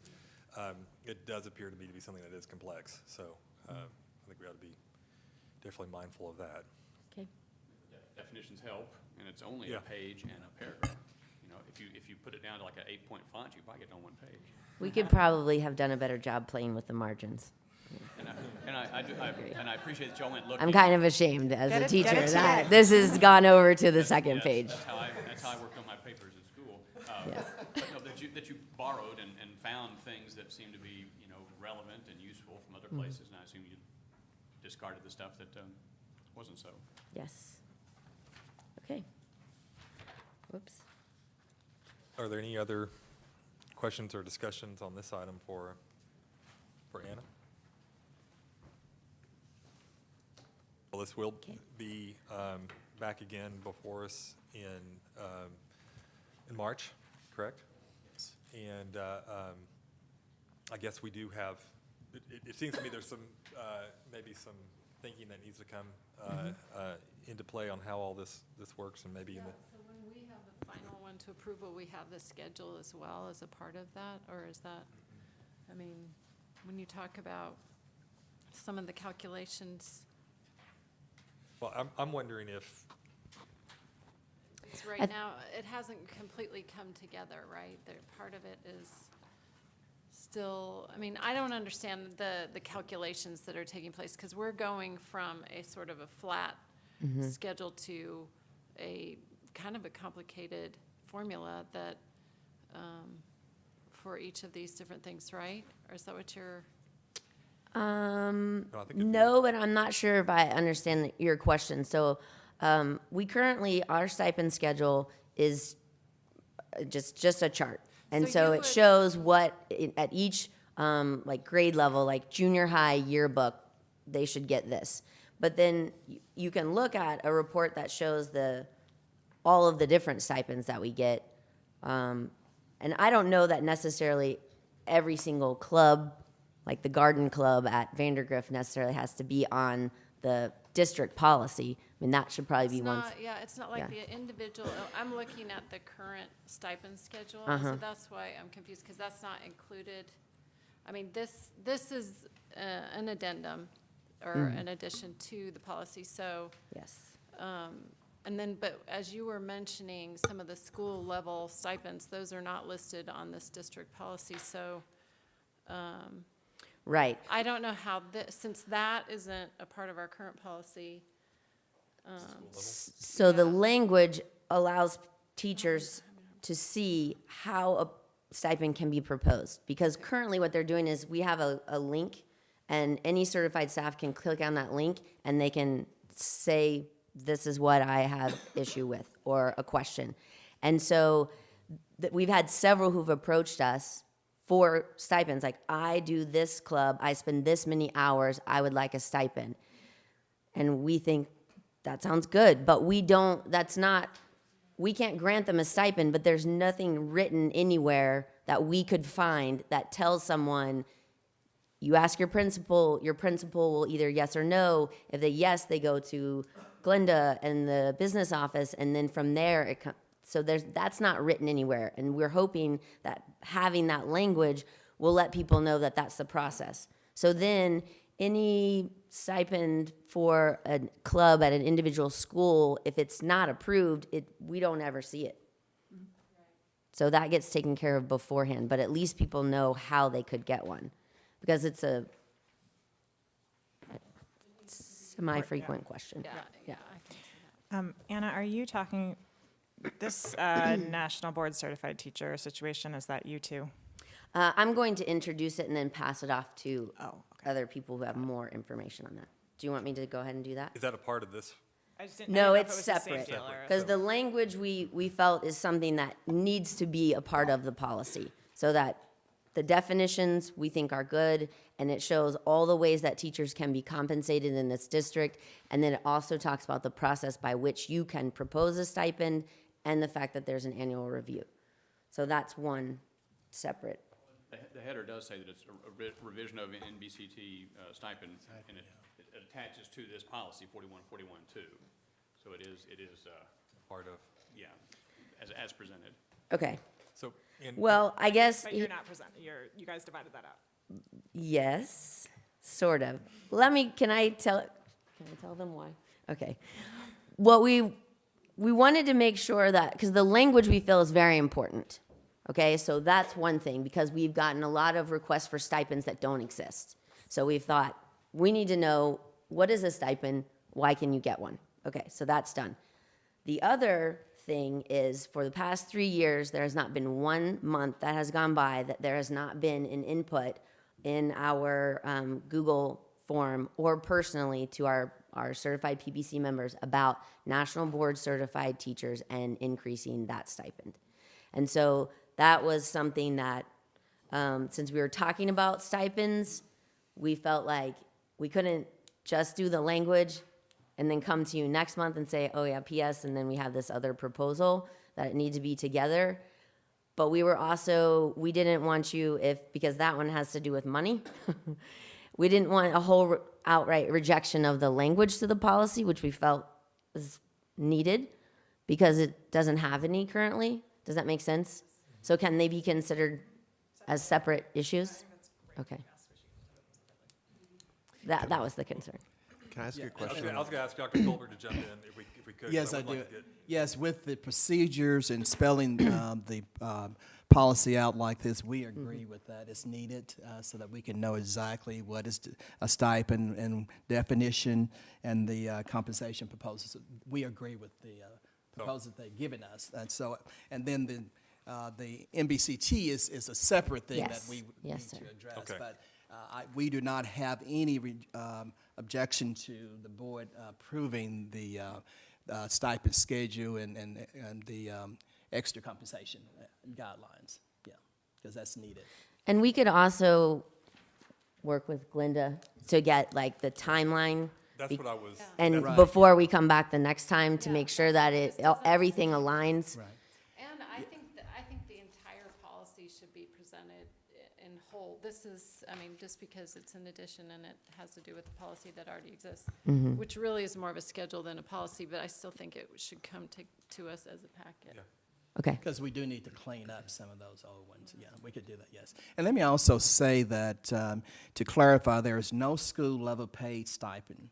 So please understand that all the stipends, right, no, we do not have any of those. All of those stipends is paid through the district and they're part of the contract. That's not Okay. the budget that a principal manages. That Right, is managed exactly, apart from yes.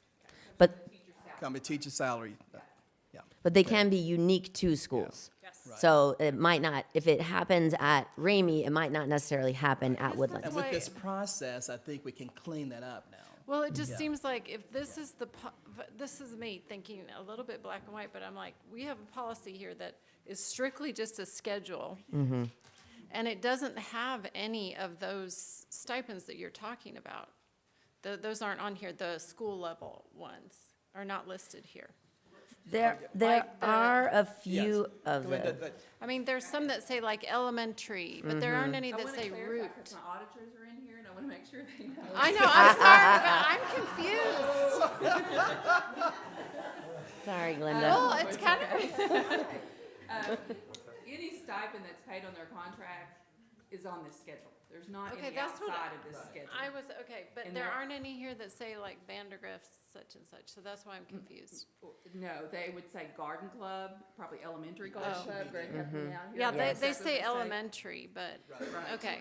they're But some of paid to those standard don't go grades. to every school, I see. Nikki, what are you looking at specifically? You're I'm saying looking this at on the this. policy 4141.2. Yeah, so our stuff, but when The- you're saying, the when you're existing saying, I mean, the existing policy, when you're saying the thing that they've presented that doesn't match up, that's what I'm not sure what you're looking at.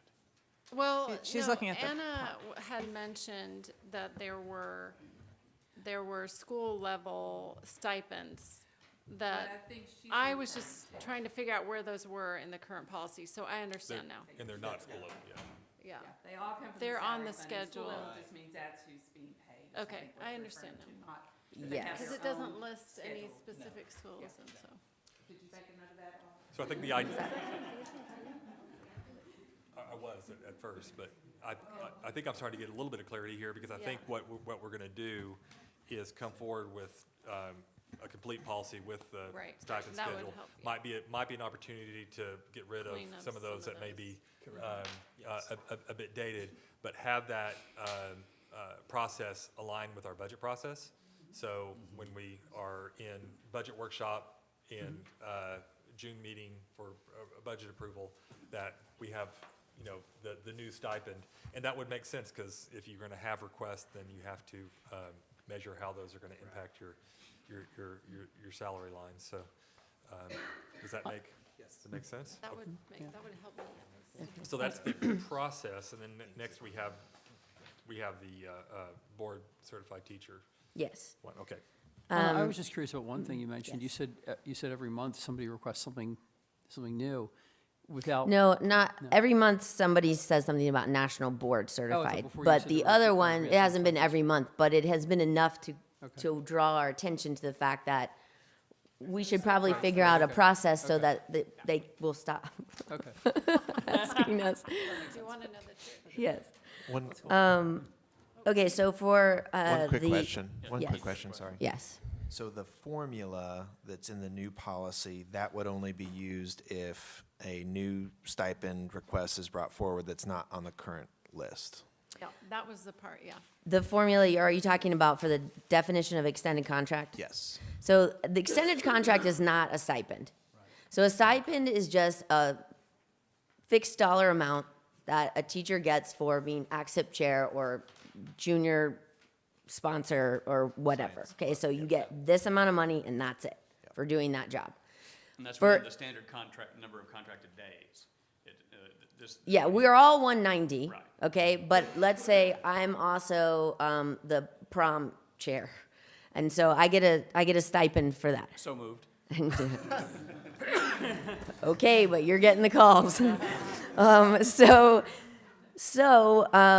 That's different. The extended contract, that's another way that we can compensate teachers in this district, but that's usually for our interventionists or people, you would go above and beyond 190.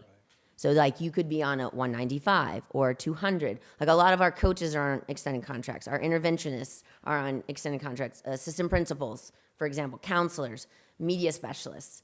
So there's a way to figure that dollar amount. And Greg did look at this because he has come to our PPC meetings and he said that is how we figure it. So that's just to know how much that will end up being. So, because we don't all make the same money, we're on a different step of the salary. So my 195 days is going to look different than somebody else's. Yeah. Yeah. And that, there is a schedule for that on the actual current policy as well, so I think that would just clarify. It's hard to just, Yeah. since we don't have that schedule to look at, it's hard to understand that, but we do have those different tiers, I think they're called, or whatever. I just think it would help us to understand what we're, Oh, the tiers on the well, no, there, I mean, I'm on the looking at- stipend schedule? On the. On the chart? Outside of contract pay. I'm talking about this thing you were just talking about, Oh, how okay. there's different levels within The extended- certified and The extended classified. contract would be a per diem based upon the earning, the level, grid level of whatever employee. Yeah. So the per diem rate is something that the HR can calculate, correct? Is that correct? Yeah. So that's something that they, so that's gonna That's- change depending on who So who it this is. would be, this schedule would be eliminated. You see what I'm saying? This is like the outside of contract. Other areas of pay? Where it says additional teaching work outside of the contract. So this, to me, applies to this definition of extended contract. Sure, they'd have to clear that up for us. There's a. Which there's- one? There's a place at the bottom of the stipend Greg. schedule. Yeah. Yeah, I think that section at the very end Yeah. of the stipend schedule where it says $75 a day for attending Oh. professional development outside of your contract Yeah. is not, that's not part of this definition of extended contract. Up at the beginning of it, some of the ones that come to mind, you'll see, I think, like Lauren Rosenauer, the director of the PAC. Performing Arts Center, has 10 extra days or something added to his contract. And this is exactly how we calculate those 10 extra days. It never was put in a policy of how we do it, but this is how we do it. And this is just kind of memorializing that process. Look, since we Right, have I that- see what you're looking at now. So, yes, those are. It's confusing because it's still talking, but I see what you're A saying. little bit. That's so for example, the state of Arkansas requires all teachers who teach AP to go to AP training every 3 years. Because it's required training, but it's in the summer and I'm off contract, I would get $75 per day that I have to go. That's what that's about. So it's not really a stipend. It's being paid for required work, whether it's district or state. And that's how, those are those specific daily rates. Maybe now's a good opportunity to make a few things more clear since Sure. we're doing an overhaul on that. And that would be maybe something that could be explained so there's not confusion on it. Okay.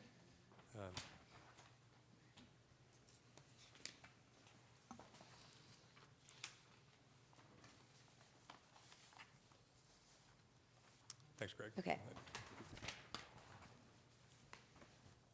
All right, so the next thing is for a revision to the National Board Certified Teacher Stipend.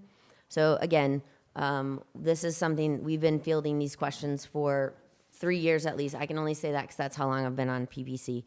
And FPS currently offers $2,500.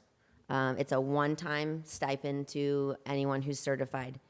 And so we've looked at what other districts have given, and we've listened to the feedback of the National Board Certified Teachers. And so our proposal is to, and it's a little complicated, and I apologize, but that's because the state has changed the regulations with National Board Certified Teachers. So if we start with new ones, people who don't currently have their certification, we're proposing that the district give newly certified National Board teachers $1,000 per year for 5 years. So we currently give $2,500 in a lump sum, so we'd be adding $2,500 to that. And I'm going to let the people who actually have their National Board certification tell you about the other districts and things like that, because we have that data as well. But for the people who currently have their National Board certification, they've already received $2,500. So that number of people, which is 82 in this district, would get a lump sum of $2,500. So when you look at that cost analysis, the first year is really expensive. But every year after that, it's still more expense because we're asking for more money for those teachers, but it's not, it will never be as, well, I won't say never. It won't for a while be at $213,000. And that's supposing that every year we get 8, which was the average that Dr. Ben gave us in order to get these calculations. But in order to understand why this is important, I'm going to turn it over to Andrew Young and Mimi Hagers, because I don't have my National Board certification, and so I think they would be better to answer your questions on that. Well, good evening, everybody. And I don't have mine yet. I'm currently in the process of it, my 3rd year. So, and the reason that I started doing national boards was it was kind of sold to me. It's the gold standard of education in K-12 education, and I'm also an elected member of PPC as well. And so this is something that, like Anna said, is probably the thing that we get the most questions about every month. I just looked. We haven't had our next meeting. That's next Monday, but for PPC, and in February we had 7 different input forms asking about national boards just for the month of February. And so I think that shows that there's a huge interest in this.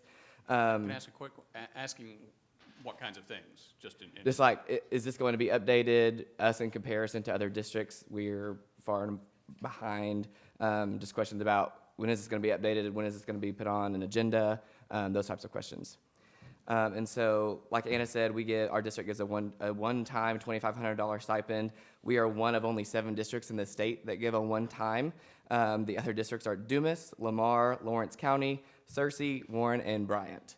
And even though we do make more money than they do, salary schedule-wise, we did look into Bentonville, $3,000 a year. Every year you're National Board certified, which that is considerable. And then Rogers is $1,000 every year certified. Farmington, $2,000 every year certified. Fort Smith, Conway, both are $1,000 a year. And so I invited Mimi to come. She is the music teacher at Vandergrift, and she National Board certified in 2007. Her and her husband, who is also a teacher, not in Fayetteville, but we'll forgive him. They ran a support site for National Board teachers here in Fayetteville, and I, on a personal level, can't even tell you how thankful I am for her and her husband because of the help that they gave me and are still giving me in my National Board process. But she's very knowledgeable in regard to the changes that the ADE recently made last year to the National Board laws and changes that they did. So any questions that you have, her and I can attempt to answer. They give that every year. It's not just you were talking about ours to make it up to 5,000 total. They continually give them. They continually get that every year you're certified. Yes, ma'am. Certification's 5 years at a. Yes, 5 years, and then you can renew for another 5. And the state gives teachers who are National Board certified $5,000 each year, right? So, That's changed. Can I- okay, can I yeah, speak to that for a absolutely. minute? So that's part of the big reason I believe that we're hearing so many comments about that. And by the way, let me just say I'd be more comfortable singing than talking to you right now. So anyway, I just had to say that. Okay, but no, so the ADE, they just recently made some drastic changes to National Board compensation for teachers. It used to be every teacher in the state got $5,000 a year for the life of the certification. The life of the certification used to be 10 years. Now that's changed and it's 5. And then they're asking a maintenance of certification again in 5 years, which I think is great because it really forces us teachers to get better and keep revisiting what makes teaching, what makes students improve and how you can work better for your kids. And I just want to say for just a second, National Board Certification rocked my world. Back in 2007, I began the pursuit and it completely changed me as a teacher. I began to reflect. I began to look deeper and dig deeper into what my kids need. So the goal of National Board is about students. The heart of National Board, it's always bringing the teachers back to students. So that is the huge thing about it. But anyway, so $10,000 or $5,000 a year for 10 years. So it was a $50,000 reward that you got from the state for doing it. Now there's a new way they do it where it's based on free and reduced lunch rates in your school and in your district. So it has to be a 70% free and reduced lunch to be considered a high poverty school. And then there's also the 70% free and reduced lunch rate for the high poverty district. Mimi, no, there's 3 categories now. Those district doesn't fit the poverty, they get to $2,500. Right. Okay. So a Fayetteville teacher. Yes. Yeah. So Okay. yes, I can speak to that. So an average Fayetteville teacher, there's I believe one school. I don't know if I have all of my school reduced lunch rates perfectly, but one school in our district would qualify for the $5,000 Yes. a year for now 5 years, not Yes. 10. Okay, and that's the max. However, the rest of our schools, which is obviously the vast majority, a teacher would now only receive $2,500 a year for 5 years max. Period. That's it. So you're looking at a $32,000. Regardless of the recertification. Right, right, that's it. Yeah, now the high poverty schools can renew and then get another 5. So then you're looking at other districts, for instance, Springdale, that there are many, many of them. Their district is just barely a high poverty district. So now you have $5,000 a year for those schools that are high poverty school, and then an additional $5,000 a year for those high poverty for the district. So many, many, many teachers are receiving $10,000 a year stipend in Springdale for that. Now, Springdale does not give any. They do not. They do not. The They district do doesn't. not. They give 0. Okay. The state, That's from the state. however, is Okay. the one that's really Right. helping the Springdale teachers. Right. And you know, my husband and I ran a candidate support center for 8 years at Vandergrift Elementary School, and we had many, many Fayetteville teachers come through. This past year, it dwindled down, and now we can no longer support a candidate support center because Fayetteville teachers are not pursuing this anymore. And they're not pursuing it because it's a hard sell for them financially. It's so much work, but it's so good. And every kid deserves a nationally board certified teacher. Every kid, no matter what kind of school we come from, no matter where you come from, they deserve it. And there was even a Gallup poll recently done that 81% of parents want their kids to have a nationally board certified teacher. It's just a huge thing. Mimi, can you tell us a little bit? So, my understanding is that the process to become National Board Certified is really arduous. There's like there's a ton of paperwork, and there's a ton of videotaping, and there's a ton of, there's a big like dossier that you build. Does National Board provide any data for people who are sitting in our role around impact on student growth? Yes. Can you share that with us? Yes. So Harvard University just recently did a study where it showed that a student that had a National Board Certified teacher actually received 2 months more instruction. So they were ahead by 2 months. Math and science and, math and English scores improved dramatically, significantly. The research shows that teachers that are national board certified are leaders. They involve the community more. They are highly active, but the whole point is the heart of national board is doing what's best for your students. As I worked with my Candidate Support Center, our goal was to take them as these teachers are videotaping themselves for countless hours. And let me tell you what, it is humbling to see yourself teaching on a video. You videotape yourself and then you write about it and you go back and you reflect every day. What did I do wrong here? What could I do better? How could I meet the needs of all of the students? All of the students. So I feel that it's going to be a significant thing. We're going to see, right now, Springdale has 100 teachers attempting national board certification. 100 are attempting it. I think it's going to be fascinating to see what's going to happen in that district with their test scores and their improvement when we see that, wow, these teachers are going to be in BCTs. Bentonville is growing so much with their national board, and we are plummeting. And it's just, it's a sad thing for the children of Fayetteville. I think we're going to see a result at some point in time, I don't know when, if we don't really step up and try to help keep more national board certified teachers involved in our district. And the fact of the matter is, national board teachers stay. The retention rate, the research is there that they don't go. Once they become one, they get a taste of how good it is. They see the results with their students, and they don't leave. They stay. Provide us that data from Harvard so we know Absolutely. when you say, this dramatically, I want to know what dramatically is in their Yes, opinion. absolutely. We have some, yes. To piggyback on that, I would love to see that data for Fayetteville. In my experience, there are a lot of really great teachers who move kids who don't seek Absolutely. these kinds of certifications, and who don't. I don't know. I hear you. There's a lot of growth, and so I think when we think about dollars and what we want to incentivize in teachers and how we want to incentivize student learning, I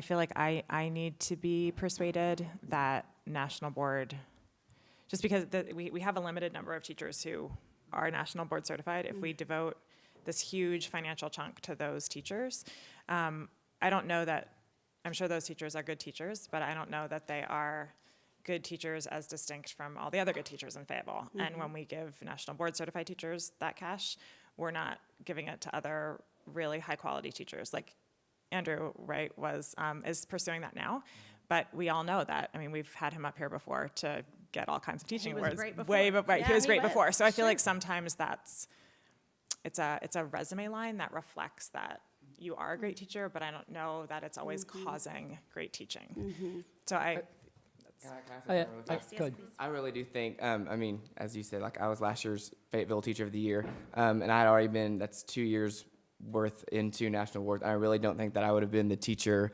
that was the Fayetteville Teacher of the Year had I not been going through the national board process. The amount of reflection that you have to do to be national board certified and to do, like you said, all of this extra work and all these portfolios. I remember there was one time I had a component and Mimi read it one Saturday at a support site, and she spent 4 hours just reading through just mine and adding notes and fixing and adding notes and fixing and, hey, Andrew, think about this, think about this. But the amount of reflection that you do and trying to reach every kid, I think that's a huge part of national boards is what are you doing for every student? Well, I have 140 of them. And so made me think of, okay, how can I help this student and the different needs, and just the way that I think about things and I plan things is very different now because I'm going through the national board process. One thing that strikes me, the people down the hall from me make millions of dollars a year. Well, they bring millions of grants to the university evaluating programs. So I did ask them about this, and they reminded me, I had read it years back, the only evaluation I know of, and there may have been some more recently, and you should send them to us, was way back in 2007, Dan Oldhaber at NYU, is one of the top evaluators in the country, looked at it and he found National Board Certified Teachers are definitely better. The problem is he looks at them before and after, before they got certified and after, and he finds they didn't improve. So we've got really great people doing this. The evidence that the process actually improves them, it takes them out of the classroom a bunch, and it kind of maybe at that point takes away from their teaching. but it doesn't, at least back then, it wasn't demonstrable from stuff we could measure that it made them better teachers. There was a lot of caveats, right? That was 13 years back. Well, 07, really the data was probably 14, 15 years back. There's some stuff we can't measure. So I don't want to say that's like something we should definitely say, yeah, that it doesn't work. But I guess I do come at it with a little bit of skepticism, and I guess I'd want to see some more recent stuff. And there's also the caveat that his was national data. You know, honestly, sometimes Fayetteville is different. So I guess I'd want to see more, as Megan says, I want to see more recent stuff and maybe some Fayetteville-based stuff. Well, I'm not really sure about the you said like missing days and stuff. I've never missed a day because of national boards. I've gone every day. All my videos and everything I've done in class, all my writing and stuff has been on the weekends and at night. So I haven't missed any school because I'm pursuing national boards. Can I ask a question, though, what we would ask for? We have a pay grid right now that rewards bachelor plus 12 hours, bachelor plus 24, 36, and that's done so on the theory that these experiences are passed along to children. And, you know, I'm certainly not an expert on the national board. I know some teachers who've gone through that. I know that's a very challenging thing to go through, but how would that be any different from rewarding, you know, levels of education or experience on a pay grid? I think one of the only ways that the world allows us to reward teachers is with longevity. We have a really hard time as a society deciding how to measure high quality teaching. So do we do that based on student growth? Do we do that based on student achievement? Do we do that based on resume lines, like certifications that teachers get outside of school that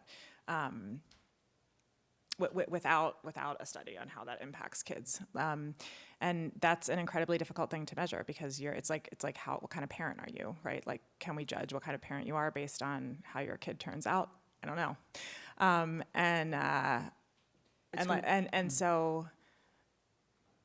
So I think what is challenging for me about this question, right, is what distinguishes national board certification from all other forms of teacher all other proofs of teacher excellence. If we wanted to reward great teaching in our district, why not reward teachers who show massive increases in student growth? Like if that's true for all national board certified teachers, then they'd get hit with that bump too. And then teachers who get their excellence via another source would also be rewarded. So I think saying like this program is one that we want to particularly reward is the question. And we've made that decision somewhat because it's already a right, but we're being asked to right. Bump that further. Totally agree with that. But you know, our grid is based upon that concept of more experience is generally better. It may not be in every single case, but I have trouble thinking how I could like get a volume of data and make that determination that, you know, 4951, it's better or not. I would almost have to have a recommendation. Well, I don't. Who know what they're talking about, saying like, you know, our staff saying, yes, this would be beneficial. We think it would increase national board teachers, and we think that this program would, you know, would help with retention and would help with our teaching quality and pass along through student performance and those type of things. Right, and I think what I'm saying is I don't know, first of all, that like, I mean, we do our salary schedule on longevity, and I'm really confident that we have some teachers who have been in the district for 7 years who are better teachers than teachers in the district who have been here for 25, and vice versa. Like that's how education salaries are done, for better and for worse. I think that absolutely having these bonuses for people who are nationally board certified increases enrollment in these in national board certification, right? That when and so it's like it's pushing a big lever when we say we're going to give you $5,000 for this certification. I mean, before the state changed this, right? You would get a $50,000 bump. Like that's a huge. that's a huge push on that particular certification. And I don't know, I don't know yet, I will say, like, why that program deserves that level of reward. You I'm want a not- demonstration that it's having the kind of impact on kids Yes. beforehand. Yeah, I think that makes sense. Yes, so, yes, exactly. Like, what's the impact on students? And I before do we think, invest really quick, I just wanted to add something. I do think, and I don't know if this is, I think it's pertinent anyway. I think there's a ceiling when it comes to pay for a classroom teacher. I mean, me personally, I have no desire to become an administrator. I don't want to do that. I want to be in the classroom with students. And so I'm limited to what I can get forever because I don't want to go out of the classroom. I don't want to do another job. I want to be in the classroom with my students. And so this is another way to incentivize being in the classroom. You're a national board certified teacher. This is the gold standard. And so, yeah. Can I say something? I know that many of us in here, some of us in here have received additional degrees, and I think it's fair to say, and I know that I pursued my master's before I pursued my national board certification, that it made me better at what I do, and I bet you would agree that it made you better at what you do. And I think that is the core of it, is that, yes, were we great teachers before? Absolutely. But were we better after the process? And maybe, and I haven't seen that research that you're discussing, but what I have Shoot me an seen email, I'll send it to you. is 8 years of teachers coming through our program, and I've read their writings and seen their videos and seen the most incredible improvement just in the short year that I'm with them and working with them and helping them, and the things that they're doing with their students, it's profound. So anyway, thank you. Yes, thank you so much. I know it's a long night, I'm sorry. My name's Laura Ring, I'm a teacher at the high school, and I'm a national board certified teacher. Some of the, I guess you would call it anecdotal evidence, I think, for what you guys are asking for, is if you look at some of the leaders in our schools, I can't necessarily speak to the elementaries, but when I think of the high school, you're looking at Mark Reef, who was up here with the Science Bowl. You're looking at Don Norman and Sarah Williamson and Todd Ballinger and myself, who are leading and teaching every single summer the ACT prep programs. You're looking at your counselors. You're looking at people who are leaders in your school. And I can tell you with 100% certainty, doing this program makes you a better teacher. And I do understand that you're looking for, you don't have that data. I do, because I've done the program. I am not a crier. That is not who I am. But going through this program is wonderful support. It's a huge, huge thing. So much work. It took me 1.5 years to do it. I would give my rough drafts to Mark, and I would say, can you look at this? And he would tear it up, and he would tear it up, and he would hand it back to me, and he'd say, do it again, it's not about you. And I would rewrite it, and I would rewrite it, and here's why I'm doing this lesson, because this is what I think, and this is why I think it's great, and he'd say, do it again, it's not about you. And then one of my lessons, I just thought, I blew it. One of my videos, I blew it. It was a great lesson. I was supposed to video myself. I was at the creek. It was wonderful. I was doing water quality testing at the creek. You couldn't hear over the water. There were cars going by. The video was horrible. I went home and I cried. And I cried and I cried because I knew I had blown it. And then on that day over Thanksgiving break, when I got my results and I passed and I cried because National Board knew that, guess what? It wasn't about me. It wasn't about the sound or the water quality or the video that I made. It was about the lesson for the kids. And everything I do from that experience on, every day that I'm making a lesson, it's not about me. It's not about how much I enjoy this or whether I want to do this duty. But when you look at the people that are nationally board certified in our district, these are leaders. These are people that are taking responsibility for your children. And it's important. You know that it's important to have the best people here. We talked about teacher retention. We talked about recruiting the best teachers. We have people going all over the state recruiting the best teachers. We want to hire early because we want the best teachers. We want to have teacher retention because we want the best teachers.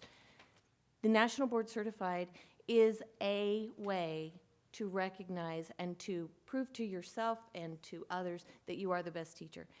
Is Dr. Colbert our best superintendent because he has doctor in front of his name? No, he was fabulous before he was Dr. Colbert, when he was just John L. Colbert. But going through that process, getting that education, makes you better. And we are better because we're national board. And then, Fayetteville High School requires more than the state average, or state minimum, to graduate high school, as far as credits go. We require more than the minimum. We require more than the minimum from our teachers as far as professional development goes, because we value those things. We value professional development in our teachers. We value the education that our students are getting. We think they need more. Fayetteville as a city requires more than what state laws are. And then when I look at my friends and people in other districts, and they say, you don't get an annual stipend? You're a national board. And I'm like, no. And they say, why not? And I say, I don't know. I don't Surely think we that value any the of us best have a teacher. question about whether you're a good teacher or whether you But were I'm made, ta- or whether you were national made board better, makes or you whether you were better. made better by national board. Like whether that process was incredibly meaningful for you and like a watershed moment in your professional development. I totally believe you. I think when I am asking for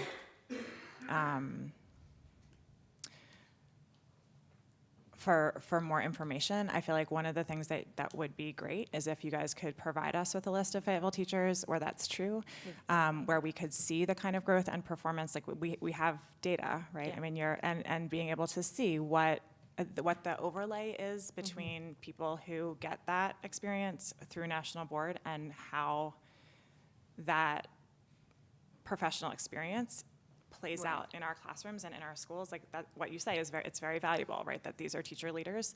Like if you could show us that would be really, Yeah. I think, helpful. It would be, and it's absolutely valid, and it's a good question. The only thing I would just go back, when I snuck in, went just right at the end of Greg's thing, and he was saying, we don't hear teachers anymore talking about, I can make $5,000 more a year in Springdale than I can here, because we've caught up in a lot of ways. But I can make $27,000 more in Bentonville, and I don't, because of my national board certification, because I choose to be here. That's information that I think we all need to see what each district is doing Right. and who funds it. Yes. You know, We have that. because if we're talking about trying to be, competitive and comparing ourselves to others. Does in the state of Arkansas, would you like that? Yeah, that's Yeah, great. oh, yeah, yeah. I mean, I like the idea, honestly, of incentivizing teachers to get more training and to go through that type of rigorous process. I mean, it's encouraging to me to hear you guys talk about your experience. I think, we as a board in the past have made it a priority to give raises across the board, and as often as we can, above what the state requires of us. I think my only concern is not being able to do that, because that's just gonna be a continued priority. And when you see a number like 213,000, that's gonna have a significant impact on whether or not we're able to give across-the-board raises. So, that's where I get a little nervous. I think if there were a way to spread out that one-time payment, it would be a little bit easier to swallow. But when we're looking at a group of 82 teachers out of 9,000 or 900, sorry, about 9,000 kids, that's a lot of teachers. But you know what I'm saying? You guys hear what I'm saying? Yeah. So I think that we have to figure out a way for it to not have such an impact on our, because it comes out of that same pot.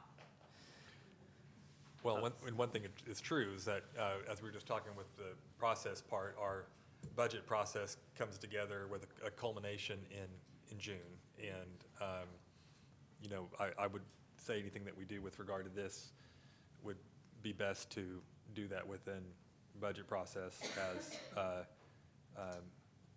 as that would be something that we would be committed to that we hadn't planned on. And we are getting close to that point. So that would be one thing I would probably throw out there, be wise for us to do. Tim, I'm sorry, did I cut That's you off? okay. No, so the source of this particular spreadsheet. That's from the state of Arkansas. The state. AD's website. And so this doesn't identify necessarily the source in terms of, is it a district paid or is it a state? District. So this is just Individual district? district Yeah, that's why compensation. Springdale's not on here. Right. So for those, particularly the comparison with Springdale, just to know what that is, that comes out of the state's coffers, that'd be helpful to have that information too. Is it possible to get a sense in these districts of how many teachers are here? So if this is a theoretical payment that these districts are making because they have 0 or 1 board certified teacher versus if you have 82? So for right now, I know Bentonville Public Schools has 124 that they give a $3,000 annual payment to, and right now they currently have another 31 that is going through the process. So, and I don't really do math because I'm an English teacher. So what? That's 150 something. So that they would have the next year, and then if they added more, and again they're seeing more do it because of they're giving the extra money too. I want to clarify something, and I apologize, probably all you guys know, but if your poverty rate's over 70%, the state pays for it, right? Well, yes, but then the district is compensating an additional, except Yes. Springdale. On top, yeah. But most of Okay. these you will see are on top of that, yes. Okay. We have 2 schools, I think, that would meet that, but, And it's interesting, in a way, it's intended maybe to one. concentrate our better teachers in the higher need areas. I think we only have one, isn't it? Would Like, only be Asbel, right? I think Helps if you count it. I think the ADE's plan, and maybe can speak to this better, but I think the idea behind it was to send those national board highly certified teachers to the higher needed areas in Arkansas. However, I think every student deserves a national board teacher. I don't think just because you're poor you deserve to have a national board teacher. I think even if you have money, you deserve to have a really great teacher as well. So. Making these comparisons about other districts, we also need to keep in mind the size of the other districts in terms of, well, they have 100 or 200, or however many teachers. Yeah, that's what I just said. Is that Well, if this is, I- I said if this is a theoretical payment, right? So like if, Well, no, I'm talking about Bentonville has 100 and something, but they also have 15, maybe closer to 16,000 students, and so they have more Proportion. teachers than we do. So just, right, so just the proportion. percentage of Yeah. teachers, right? I know we're compared a lot to Conway, like in size wise, and they do $1,000 payment every year. I don't know how many national board certified teachers are in Conway, but I know they'd have $1,000 payment every year. I'd be remiss if I didn't ask John L. to maybe chime in too on administration's view on this, or, Well, right now, we could not support it until we look at the entire budget and everything. And so, and I also like to say that, after 10 years, we have always given the other $2,500 students. So we do 25 up front, and then if you go back and get recertified after 10 years, we give you another 2,500. So we do try to compensate that way. But currently, I would recommend that we need to do further study to see the impact that we're going to have upon all the budget, right, Glenda, before we have to make any type of recommendation from the administration viewpoint.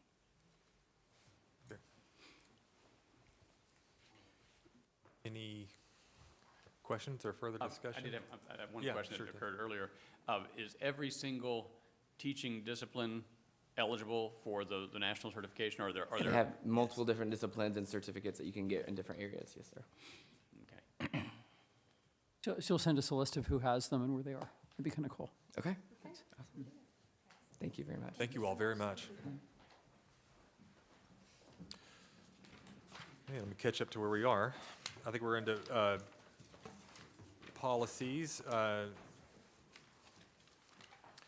We are over to new and revised district policies. I believe this will be, Dr. Ben, is this you on a series of new policies ranging from bus driver compensation to curriculum? Yes, sir, President Eichmann, members of the board. We do have a list of policies to bring forward this evening for first reading. And the first one is 4141.7, bus driver compensation for activities and athletic and field trips. This would be a new policy that takes current practices and adds a couple of things, which is adds the concept of coaches driving. So really what brought this about was the addition of 7th grade athletics and the need for more buses to be on the road to accommodate the teams and the spirit groups along with those teams. And so we were short of drivers. So the idea was that to try to incentivize coaches to drive. But this does not just apply to coaches. It does apply to other activity sponsors or any other employee who may not be a bus driver, but would be willing to drive a bus. So it stipulates, again, the regular route driver section is our current practice, and the second section for employees who drive a bus who are not regular route drivers, it stipulates that they would be paid for their driving time, but not for their time if they're already employed. So if they're employed as a teacher, but they leave for a trip at 2 o'clock, they wouldn't be paid as a driver until they go off of the teacher salary portion of their job. Or if they're one of the sponsors, and as I'm a coach and I'm coaching the game, I'm not paid for driving while I'm coaching the game. So that stipulates those differences there, and also indicates that the district would pay as another incentive for physicals and CDL licenses. This has been reviewed by Mike McClure, Dr. Slocum, Mr. Jansky, Mr. Lawson, and Glenda Sullins. Any questions on 41.7? Seems like a great idea. Sounds like a creative, creative way to try to staff. But I know it's a very difficult area to staff. Okay, moving to 5.30, possession and use of cell phones and other electronic devices. The problem that has come up this year is the presence or the innovation of recording devices that students would have at school.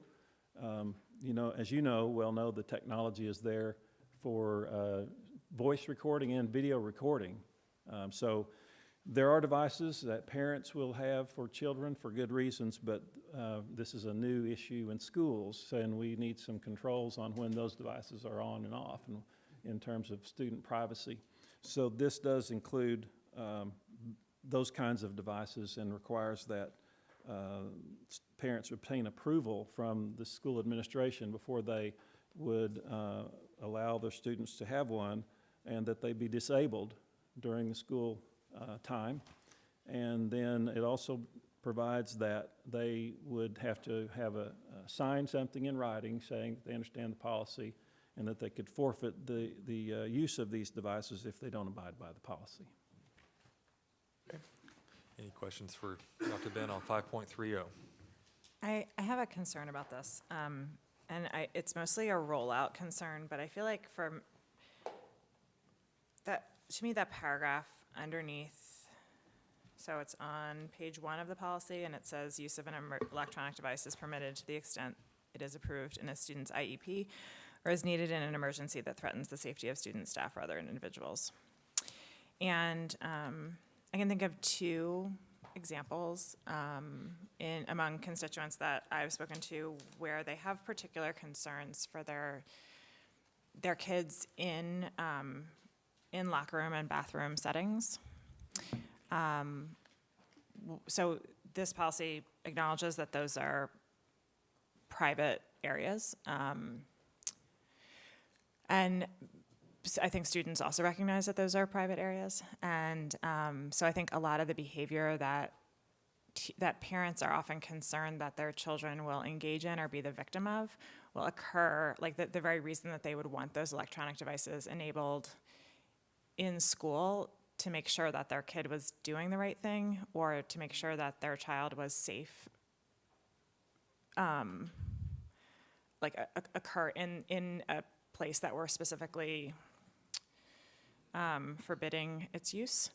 And I feel like the paragraph underneath that provides for some exception to that policy if that is the parent's concern. So if you have a teenager who's just making really, really terrible choices in her life, and those occur in school bathrooms, and you are working with the school to make sure that you're able to parent her while she's at school.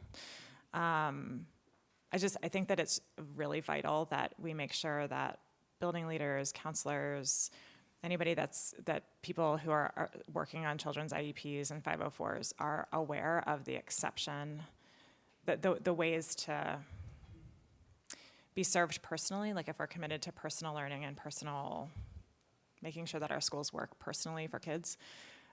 We don't want kids using recording devices for bad things in bathrooms, but we also want to make sure that kids can be parented while they're at school. I hope that makes sense. So are you saying that you're in agreement for that those should be able to use those? I'm confused. I'm saying that there are obviously a million ways that you could misuse an electronic device in a bathroom, right?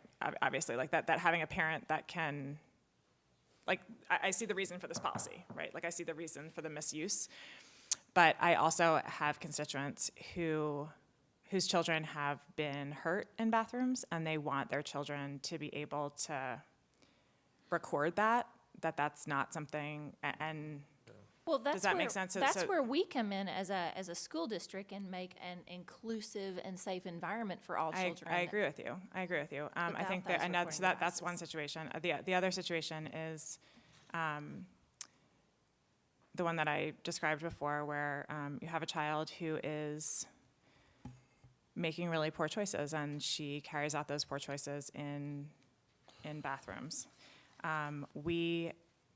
Because bathrooms are private places, right, we don't have staff posted in bathrooms, we don't have cameras in bathrooms, and a child that's in that particular situation might have a parent, like if you had a child who felt at risk in those situations, you might want to be able to help that child out in an IEP situation or a 504 situation or whatever, and Probably other ways around that. We have other policies. We have bullying and use of. Right. Is that what you're talking about, the other policies that we have that would impact, or? yeah, I mean, Well, I think that as we take things away from parents, we need to make sure that those other ways of taking care of kids are really robust. And I can think of several situations where this would be a real issue for a parent who feels that they need this. But I'm trying to figure out where this is. First and foremost, I'm so glad I left high school when I did, before any of these I blasted understand, things Tim. were part of it. Yep, we are too. But we've got the kids, yeah. So we've got students who smoke, sneak bottles, whatever happens. So we're wanting to empower or provide opportunities for other students to record that, to say, Johnny's breaking rules? No. Okay, so No. not that. No, Hold on, so let me the get the other way parent- then. sorry. So you've got the kid who, so my kid is Johnny, who's, drinking and smoking and so forth. And I want a device on my child that I can then access and see his or her actions in a bathroom. And That's then what capture this it. is. Yes, sir. Yeah. Yeah, I don't want that in almost any form or fashion because of the likelihood of it being abused and people You could record getting somebody else. recording of all Right, kinds of so other issues. that's the purpose of the policy, which is violating which I everyone else's understand. privacy and so Right, forth. you decide, Tim, that you're gonna bug your kid, and you're bugging your kid and spying on mine, right? Like, I totally understand the reason for this policy.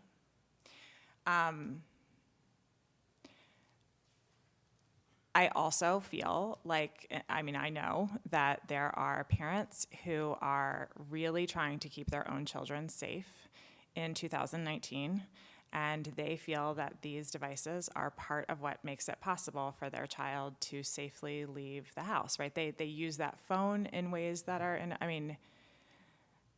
I do get modern parenting despite, having. No. I know that. Years. I'm sure you get modern parenting, Tim. But the fact is, it's that whole thing about their right to monitor their child's behavior and action and so forth, needs to stop before it infringes on the other 5 It kids does. in the locker room. It does. So And what it I can't- said. I mean, if it's a camera, however it's situated or attached to the kid, there's nothing that guarantees that the other kids who are minding their own business and doing their own business aren't going to be captured on a. I 100% agree. Like, I can't emphasize enough how much I agree. What I'm saying is that because we are in 2019, we have constituents who have real concerns in these spaces. And we need to make sure that if we're taking this away, so if they experience their children as unsafe in bathrooms, and we have constituents who experience their own children as unsafe in bathrooms, we need to be able to make sure that we are protecting those children in robust other ways. So what I said to start was this is a rollout issue. And I feel like that's significant because that's how our constituents experience our policies. So if we write this policy, I feel like I need some level of assurance that we are, if we're going to keep parents from monitoring their own children, that we are doing a really robust job in these private spaces of protecting those children in other ways, which I have had some constituent concerns about.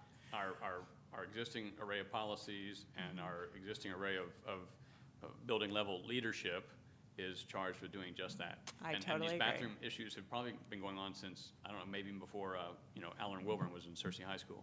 Are you going to let him talk about you that way, Alan? It's just a few years before I was. Okay. And so it's, yeah, what's new is the parent's ability to monitor and keep up.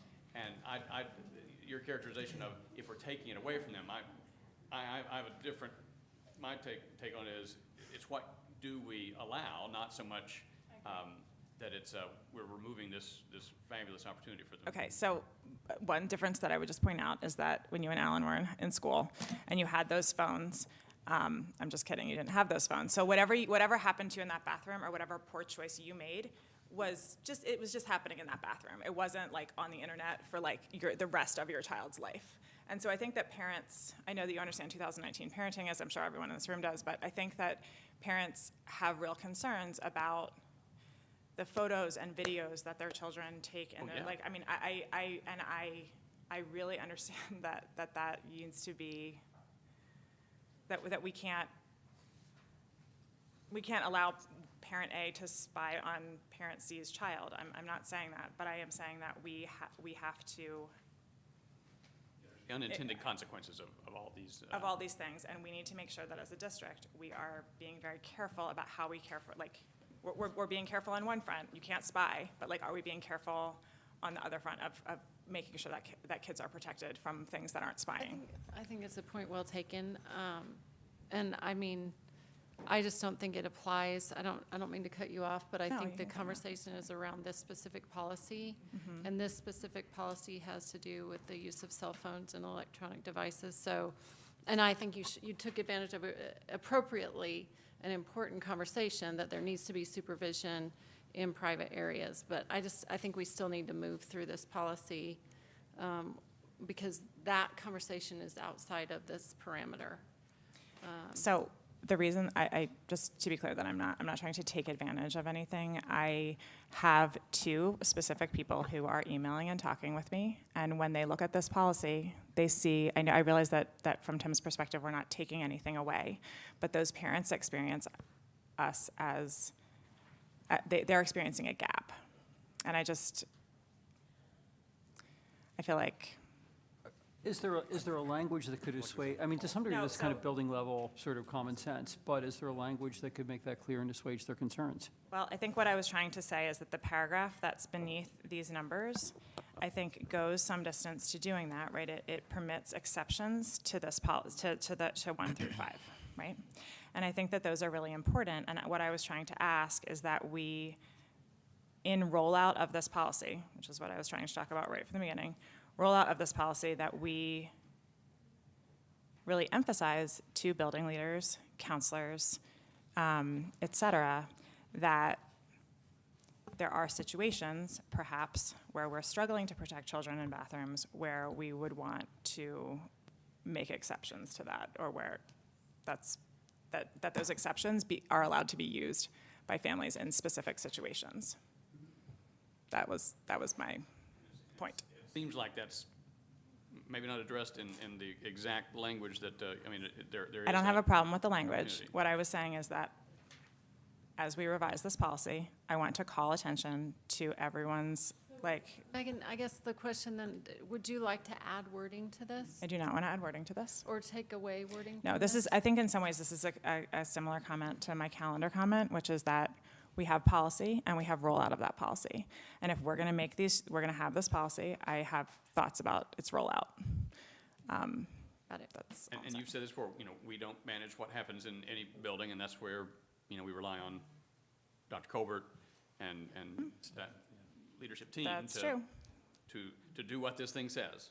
So if you don't have That's true. any- I if think you- there's sometimes gaps between what we put in a policy and what our of constituents course. experience, I and mean- I'm just speaking to the potential that I see here for that, and what I feel like the spirit of this policy is in my reading of it, and a very important part of it that I think needs to be And of course, visible. I would direct, any constituent concern, parent concern about, how does this affect me and my specific thing, then I they've have. got to I do. go to the, I do. I don't try to resolve it myself. No, I I know. send it. Yeah, I know.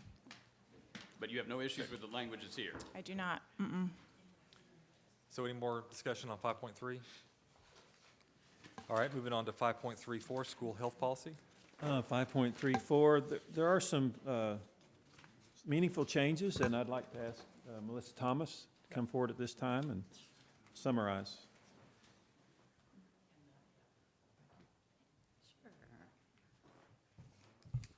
Hello, Board. I'm Hello. bringing down the microphone here. I don't know if you can see me, but at least you can hear me. Okay.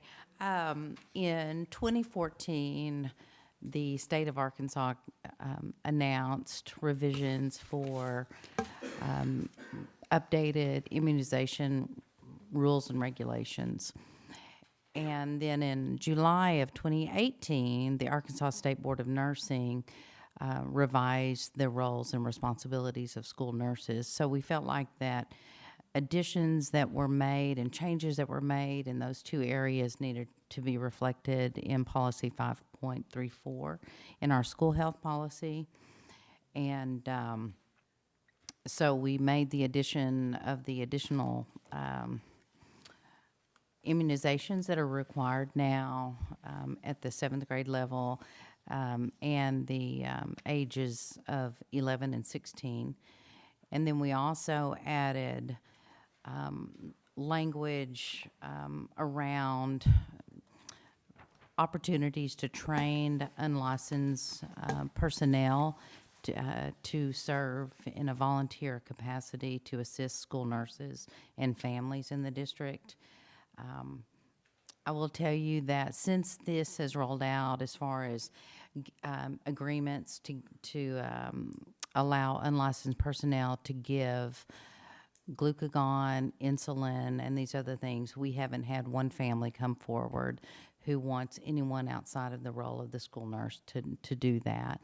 And I really appreciate the opportunities that the board has given us to ensure that we're doing all that we can to reduce risk of injury and increase well-being for our students by providing school nurses in all of our schools, because that's not the situation in a lot of districts across the state and even across the country. So I feel like that you've really presented great leadership in that area, so thank you. And so a lot of the things that are implemented may not affect our district personally, but we needed to add them because you never know what tomorrow may bring. So additionally, we added the information on anti-opioid, which is always a fun word to say for me, opioid injectors, and that can be provided in the form of an injector with a needle, in like an epinephrine or EpiPen, or it can be an intranasal injection, similar to a nose mist. Okay, so the Arkansas Department of Health, just a little side note, has applied for a grant for all schools to receive those injectors that with the Narcan. So that is something we're moving forward to. Just like when we went with the process of getting stock epinephrine in all the schools. So those are the additions. They're based on the new policies and roles and responsibilities as rolled out by those sources. Any questions? Bless you. Thank you. I can only imagine how different school nursing is now than even 5 years ago. Yeah. And the expectations and the outside requirements, the state mandated things that we have to provide for. Well, thank you. But, we love it. We have great nurses. Yes, yes. Thank you Okay. very much. Thank you. Okay, 5.41 Smart Core for, It seems like about every other month, we're bringing a revision to Smart Core and the following one on, one for the class of 2020 and then one for the class of, I think it's 2021 and forward. But these are minor, non-substantive changes, in my opinion, but Dr. Weaver may have more to add. I don't, so. So if you have the waiver, what does that really do? If you sign the waiver, what is that saying, really? Would you like to?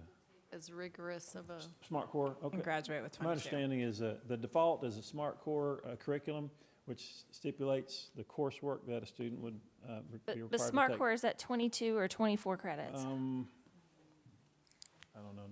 You know that? 22, isn't it? Yeah. Is it on the next page, the graduation requirements? No, our graduation glasses requirements are too higher than the state. So I'm trying to ask if a kid only wants to take the 22, this is not, you're not waiving that. We still don't have anything on that, right? We still require 2 more than the state, and this has nothing to do with that. Right. These revisions have nothing to do with that. The specific classes you have to take in order to meet the, it's a. Well, I know what Smart Core is, you have straight 4 Right. maths or 4 sciences or whatever, I but think that's just a difference between the actual classes that are required, not necessarily, the number is still, this doesn't adjust the. I'm sorry, Tracy, I think I missed your point. You're saying, we require 2 more, Right, and 24. I've always questioned that because I think if there's some kids that need to get out of here with 22 credits, but and move on. oh, I see what you're asking whether the waiver would be from the 24 or the Yes. 22. Okay, Yes. I'm sorry. Okay. I got So, you. and it really doesn't. That has nothing to do with it, right? It's just saying I'm just not going to graduate with Smart Core. So, I which think that's a different policy that we have that talks about the extra requirements for our district. This policy is just about the specific classes required under Smart Core versus Core, right? so they would still be taking the same number of credits. They Right. just would not be taking Smart Core credits. So they might take a whole bunch of electives that don't count towards Smart Core because they still have to have 24 credits. Correct? I didn't prepare to answer that question tonight, but generally speaking, the Smart Core is a curriculum that the state designates that we believe this is the best way to go to graduate and For have, 22 credits. and I don't know the number of credits, but that the parent does not have to go by the Smart Core if they sign a waiver understanding, okay, we understand that you're recommending Smart Core, but we understand that, but we still don't want to do the Smart Core. But they So still that's have the to come up with 22 more additional credits. One of the big differences I- is Smart Core, you have to take Algebra 2. You don't have to in Right. regular core. It's just real specific, granular things like that. Right, I guess what I'm saying is, if a kid's not gonna take Smart Core, then they're clearly struggling somehow, and if they're struggling, we're still making them take 2 additional credits that I don't know if they really need to be taking. But that's a separate, that's a different policy, yeah. That's something I think we need to address Yeah. at some point.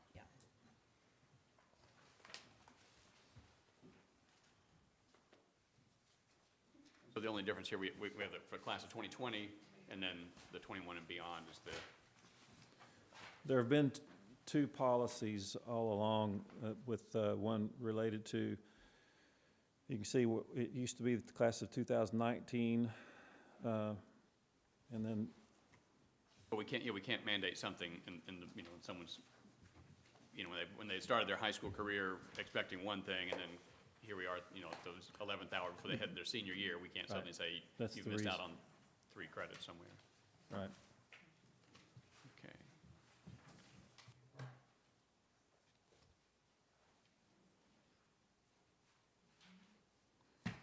Okay, any more discussion on either one?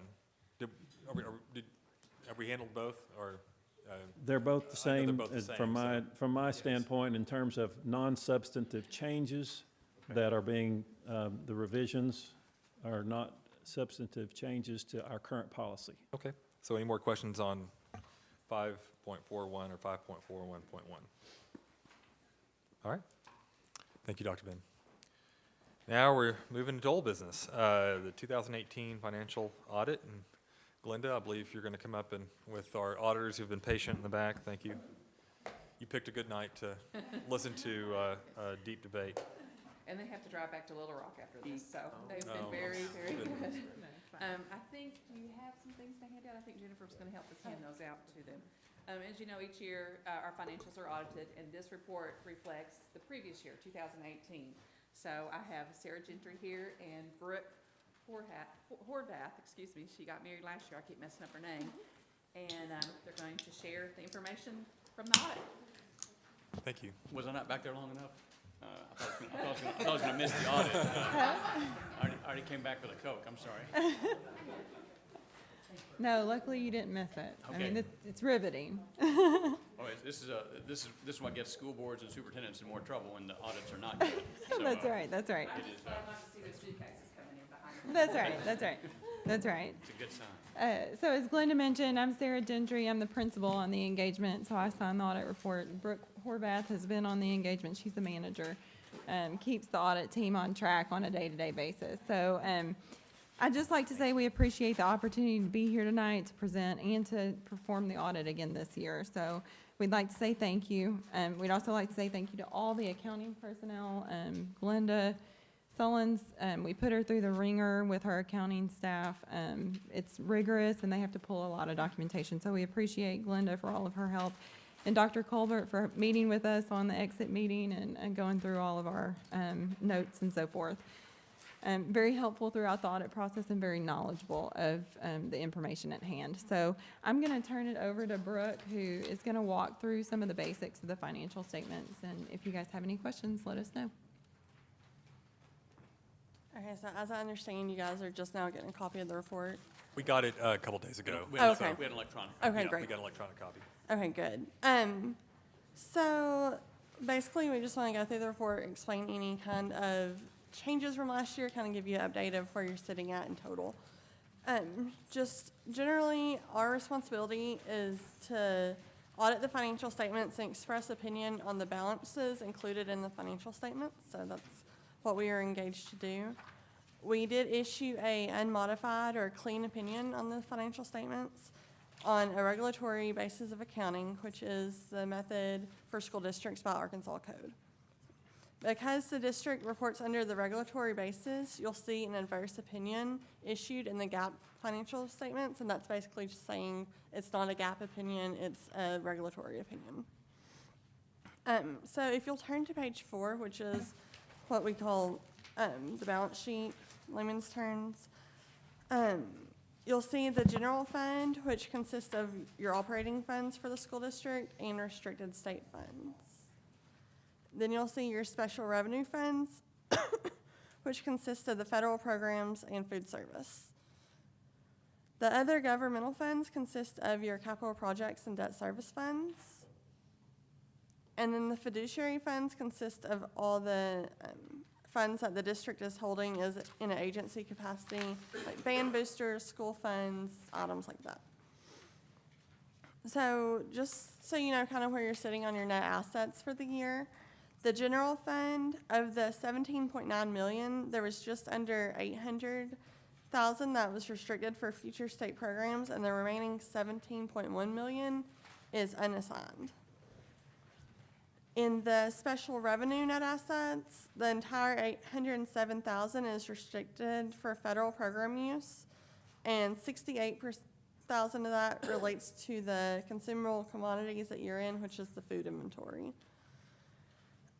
In your other governmental funds, of the 51.5 million, approximately 40.2 million is restricted for future debt servicing, which is sitting in sinking funds and the interest rebate receivable.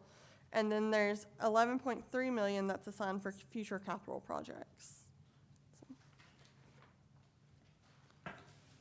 If you turn to page 5, your statement of revenue, expenditures, and changes in fund balance. This year, the general fund had a net increase in fund balance of $838,000. The revenues were $110 million. Most of that is attributable to your property tax revenues and then also your state revenue. Property taxes revenues were up about $5 million in the current year. Washington County was able to collect more current year taxes this year a little more quickly, so that's what I attributed to that.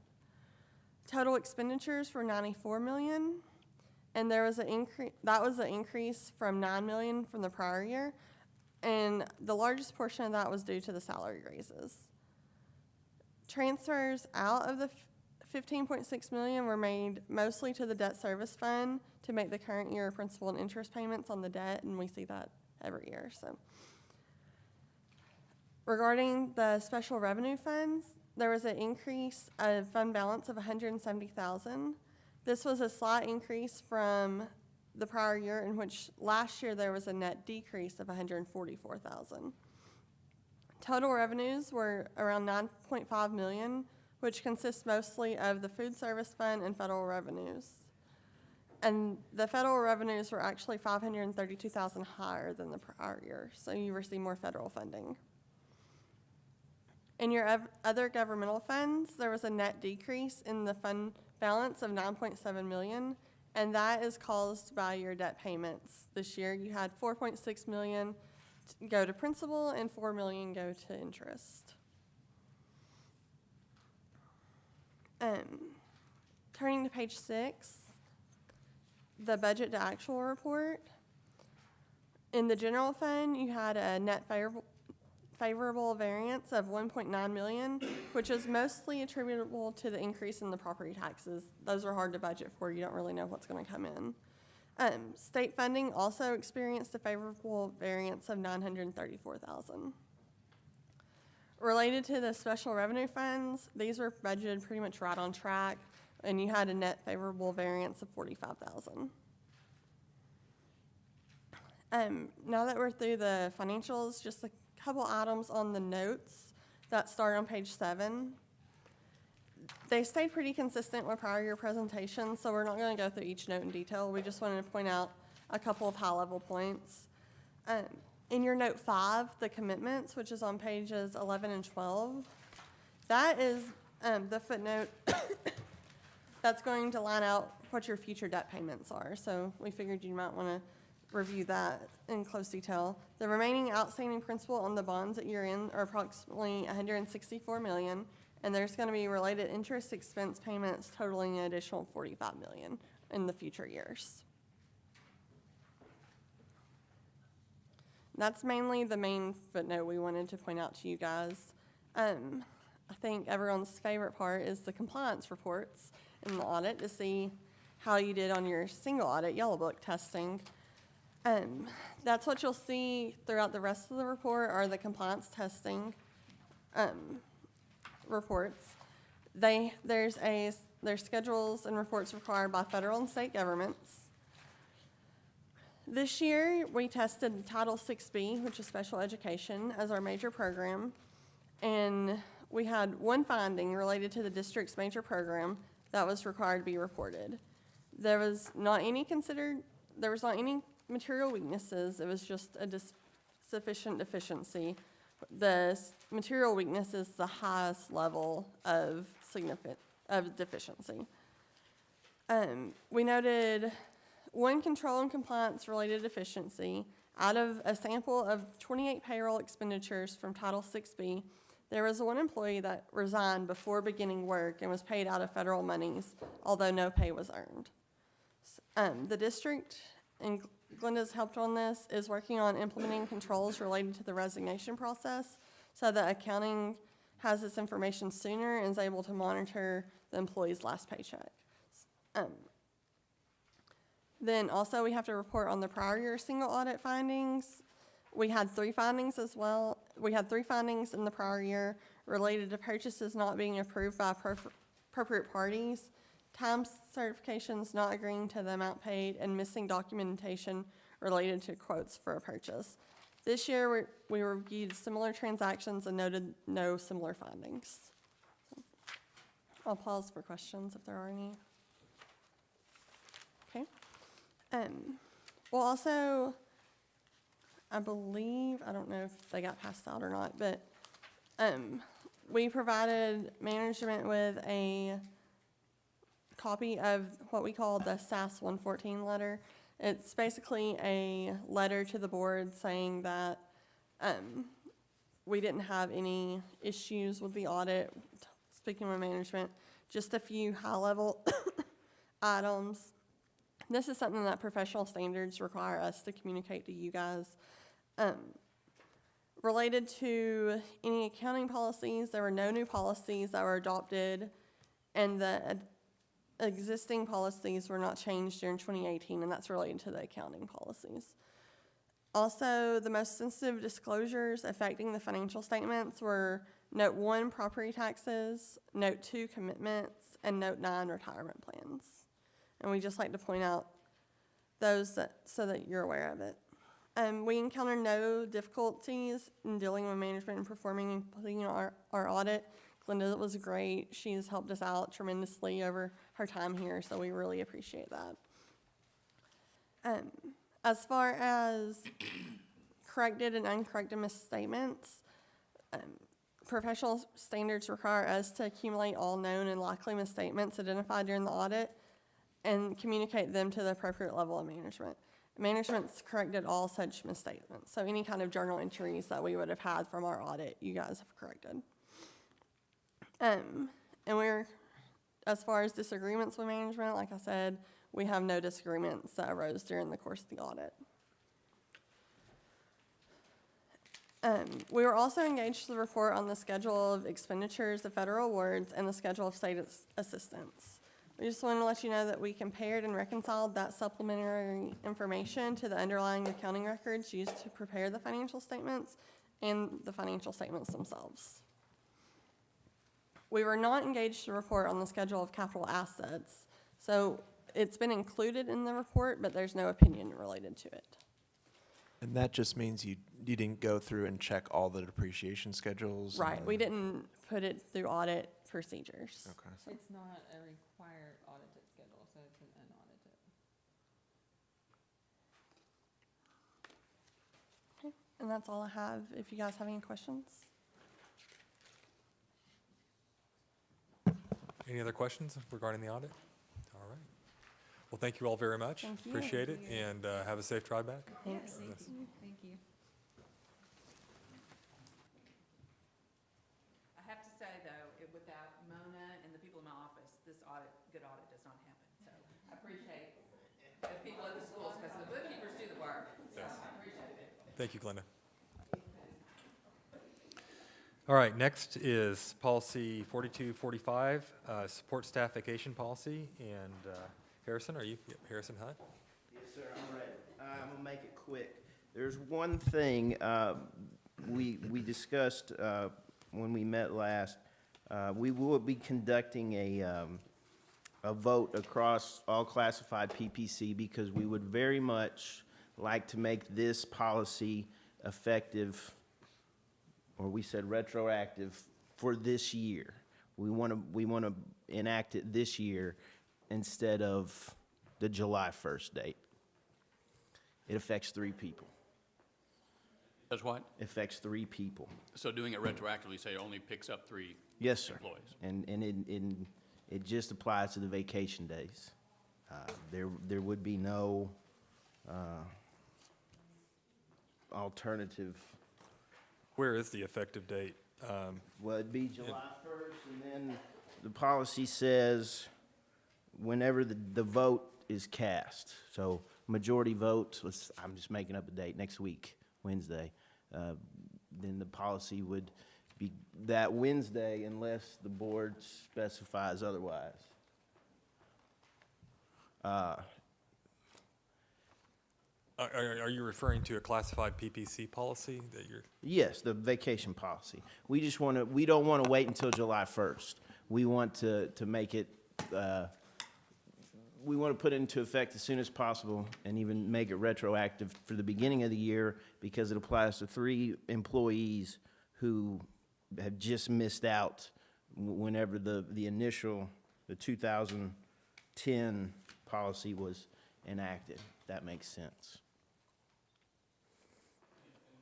Generally speaking, any personnel issues that we vote on that affect contracts or pay or anything are, go into effect at the beginning of the next fiscal year.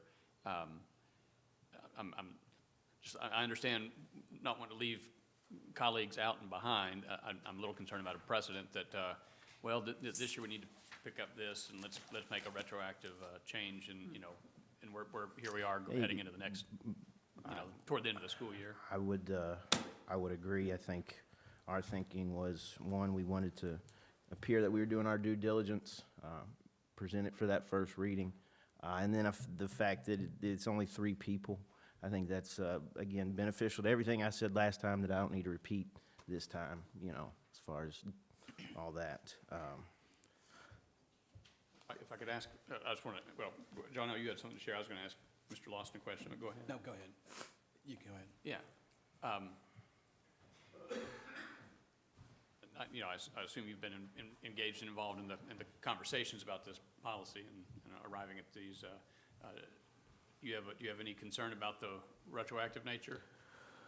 Well, using the word retroactive is a little bit concerning to me, but under policy 1.9, assuming the board is inclined to approve this policy, as has been stated, PPC wants to vote to see if they can make it effective in this contract year, and policy 1.9 states that the board can specify a date other than the date of the vote. So what PPC is requesting the board to do is to say this will apply to the beginning of the contract year. So it's not retroactive in any period of time beyond the beginning of the contract year, is what Harrison is saying. I apologize. Yeah. Yeah. Okay, that ends. And we have the latitude to do that by setting that date, and that date would be upon the vote of the employees. I mean, Correct. in terms of if they, we assume they would be happy to have this change. That's correct. How would that go as a motion? That's, Chris, maybe could you weigh in on that? I'm just trying to think through it here before we dive in. Yeah, I have it up. I think the motion would be to approve the policy, proposed policy as stated, acknowledging that the PPC intends to vote to make the policy effective in the current contract year, and further provide that upon majority vote of the PPC, the policy will become effective as of the beginning of the current contract year. Okay. She's got that. She's just going to regurgitate that. She'll just get that back. Sorry.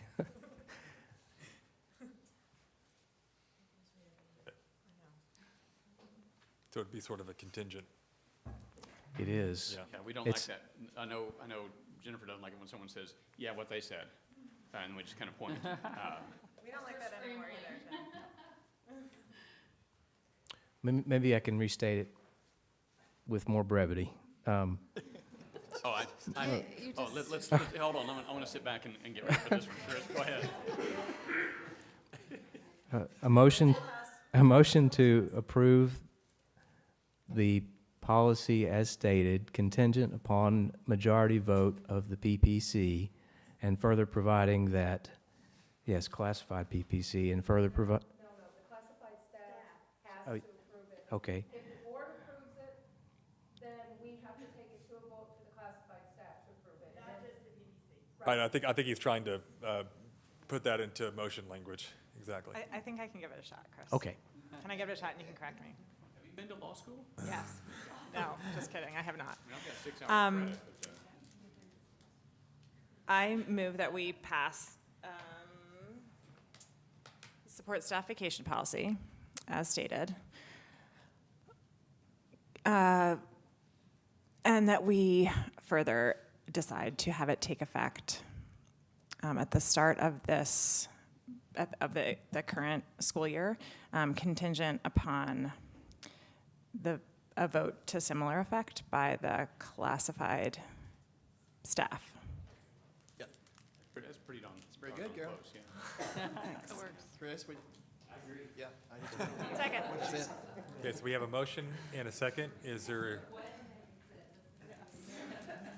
any discussion from the board? I think we have to take up a collection and get her a snazzy leather briefcase. All right, now I have been to Any hospital. discussion from the floor?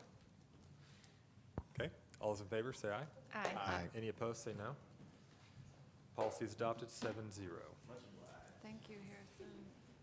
Okay. Dr. Benz, back up for 2020, 2021 proposed budget of expenditures.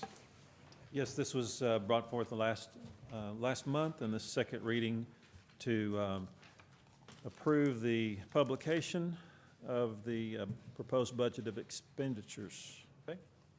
Anybody have any questions or discussion from last time? Nope. All right. Do I hear a motion? I move to approve the 2020/2021 proposed budget of expenditures as presented. Second. Motion is second. Any more discussion from the board? Any discussion from the floor? All those in favor say aye. Aye. Any opposed, say no. All right, the proposed budget is passed 7-0. And we have a new and revised district policy up next. Dr. Ben, 5.82, school meal modifications. Yes, 5.82, second reading. It provides and stipulates procedures to provide meal modifications to accommodate students with disabilities. I move that we approve policy 5.82 as presented. Second.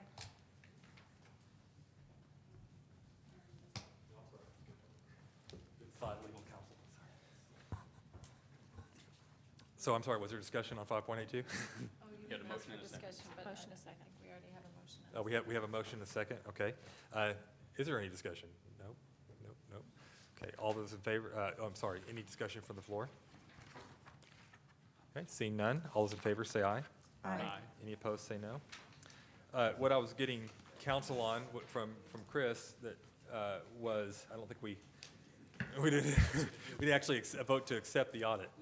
So if anybody feels like they can, please make a motion to accept the audit. I move to accept the audit.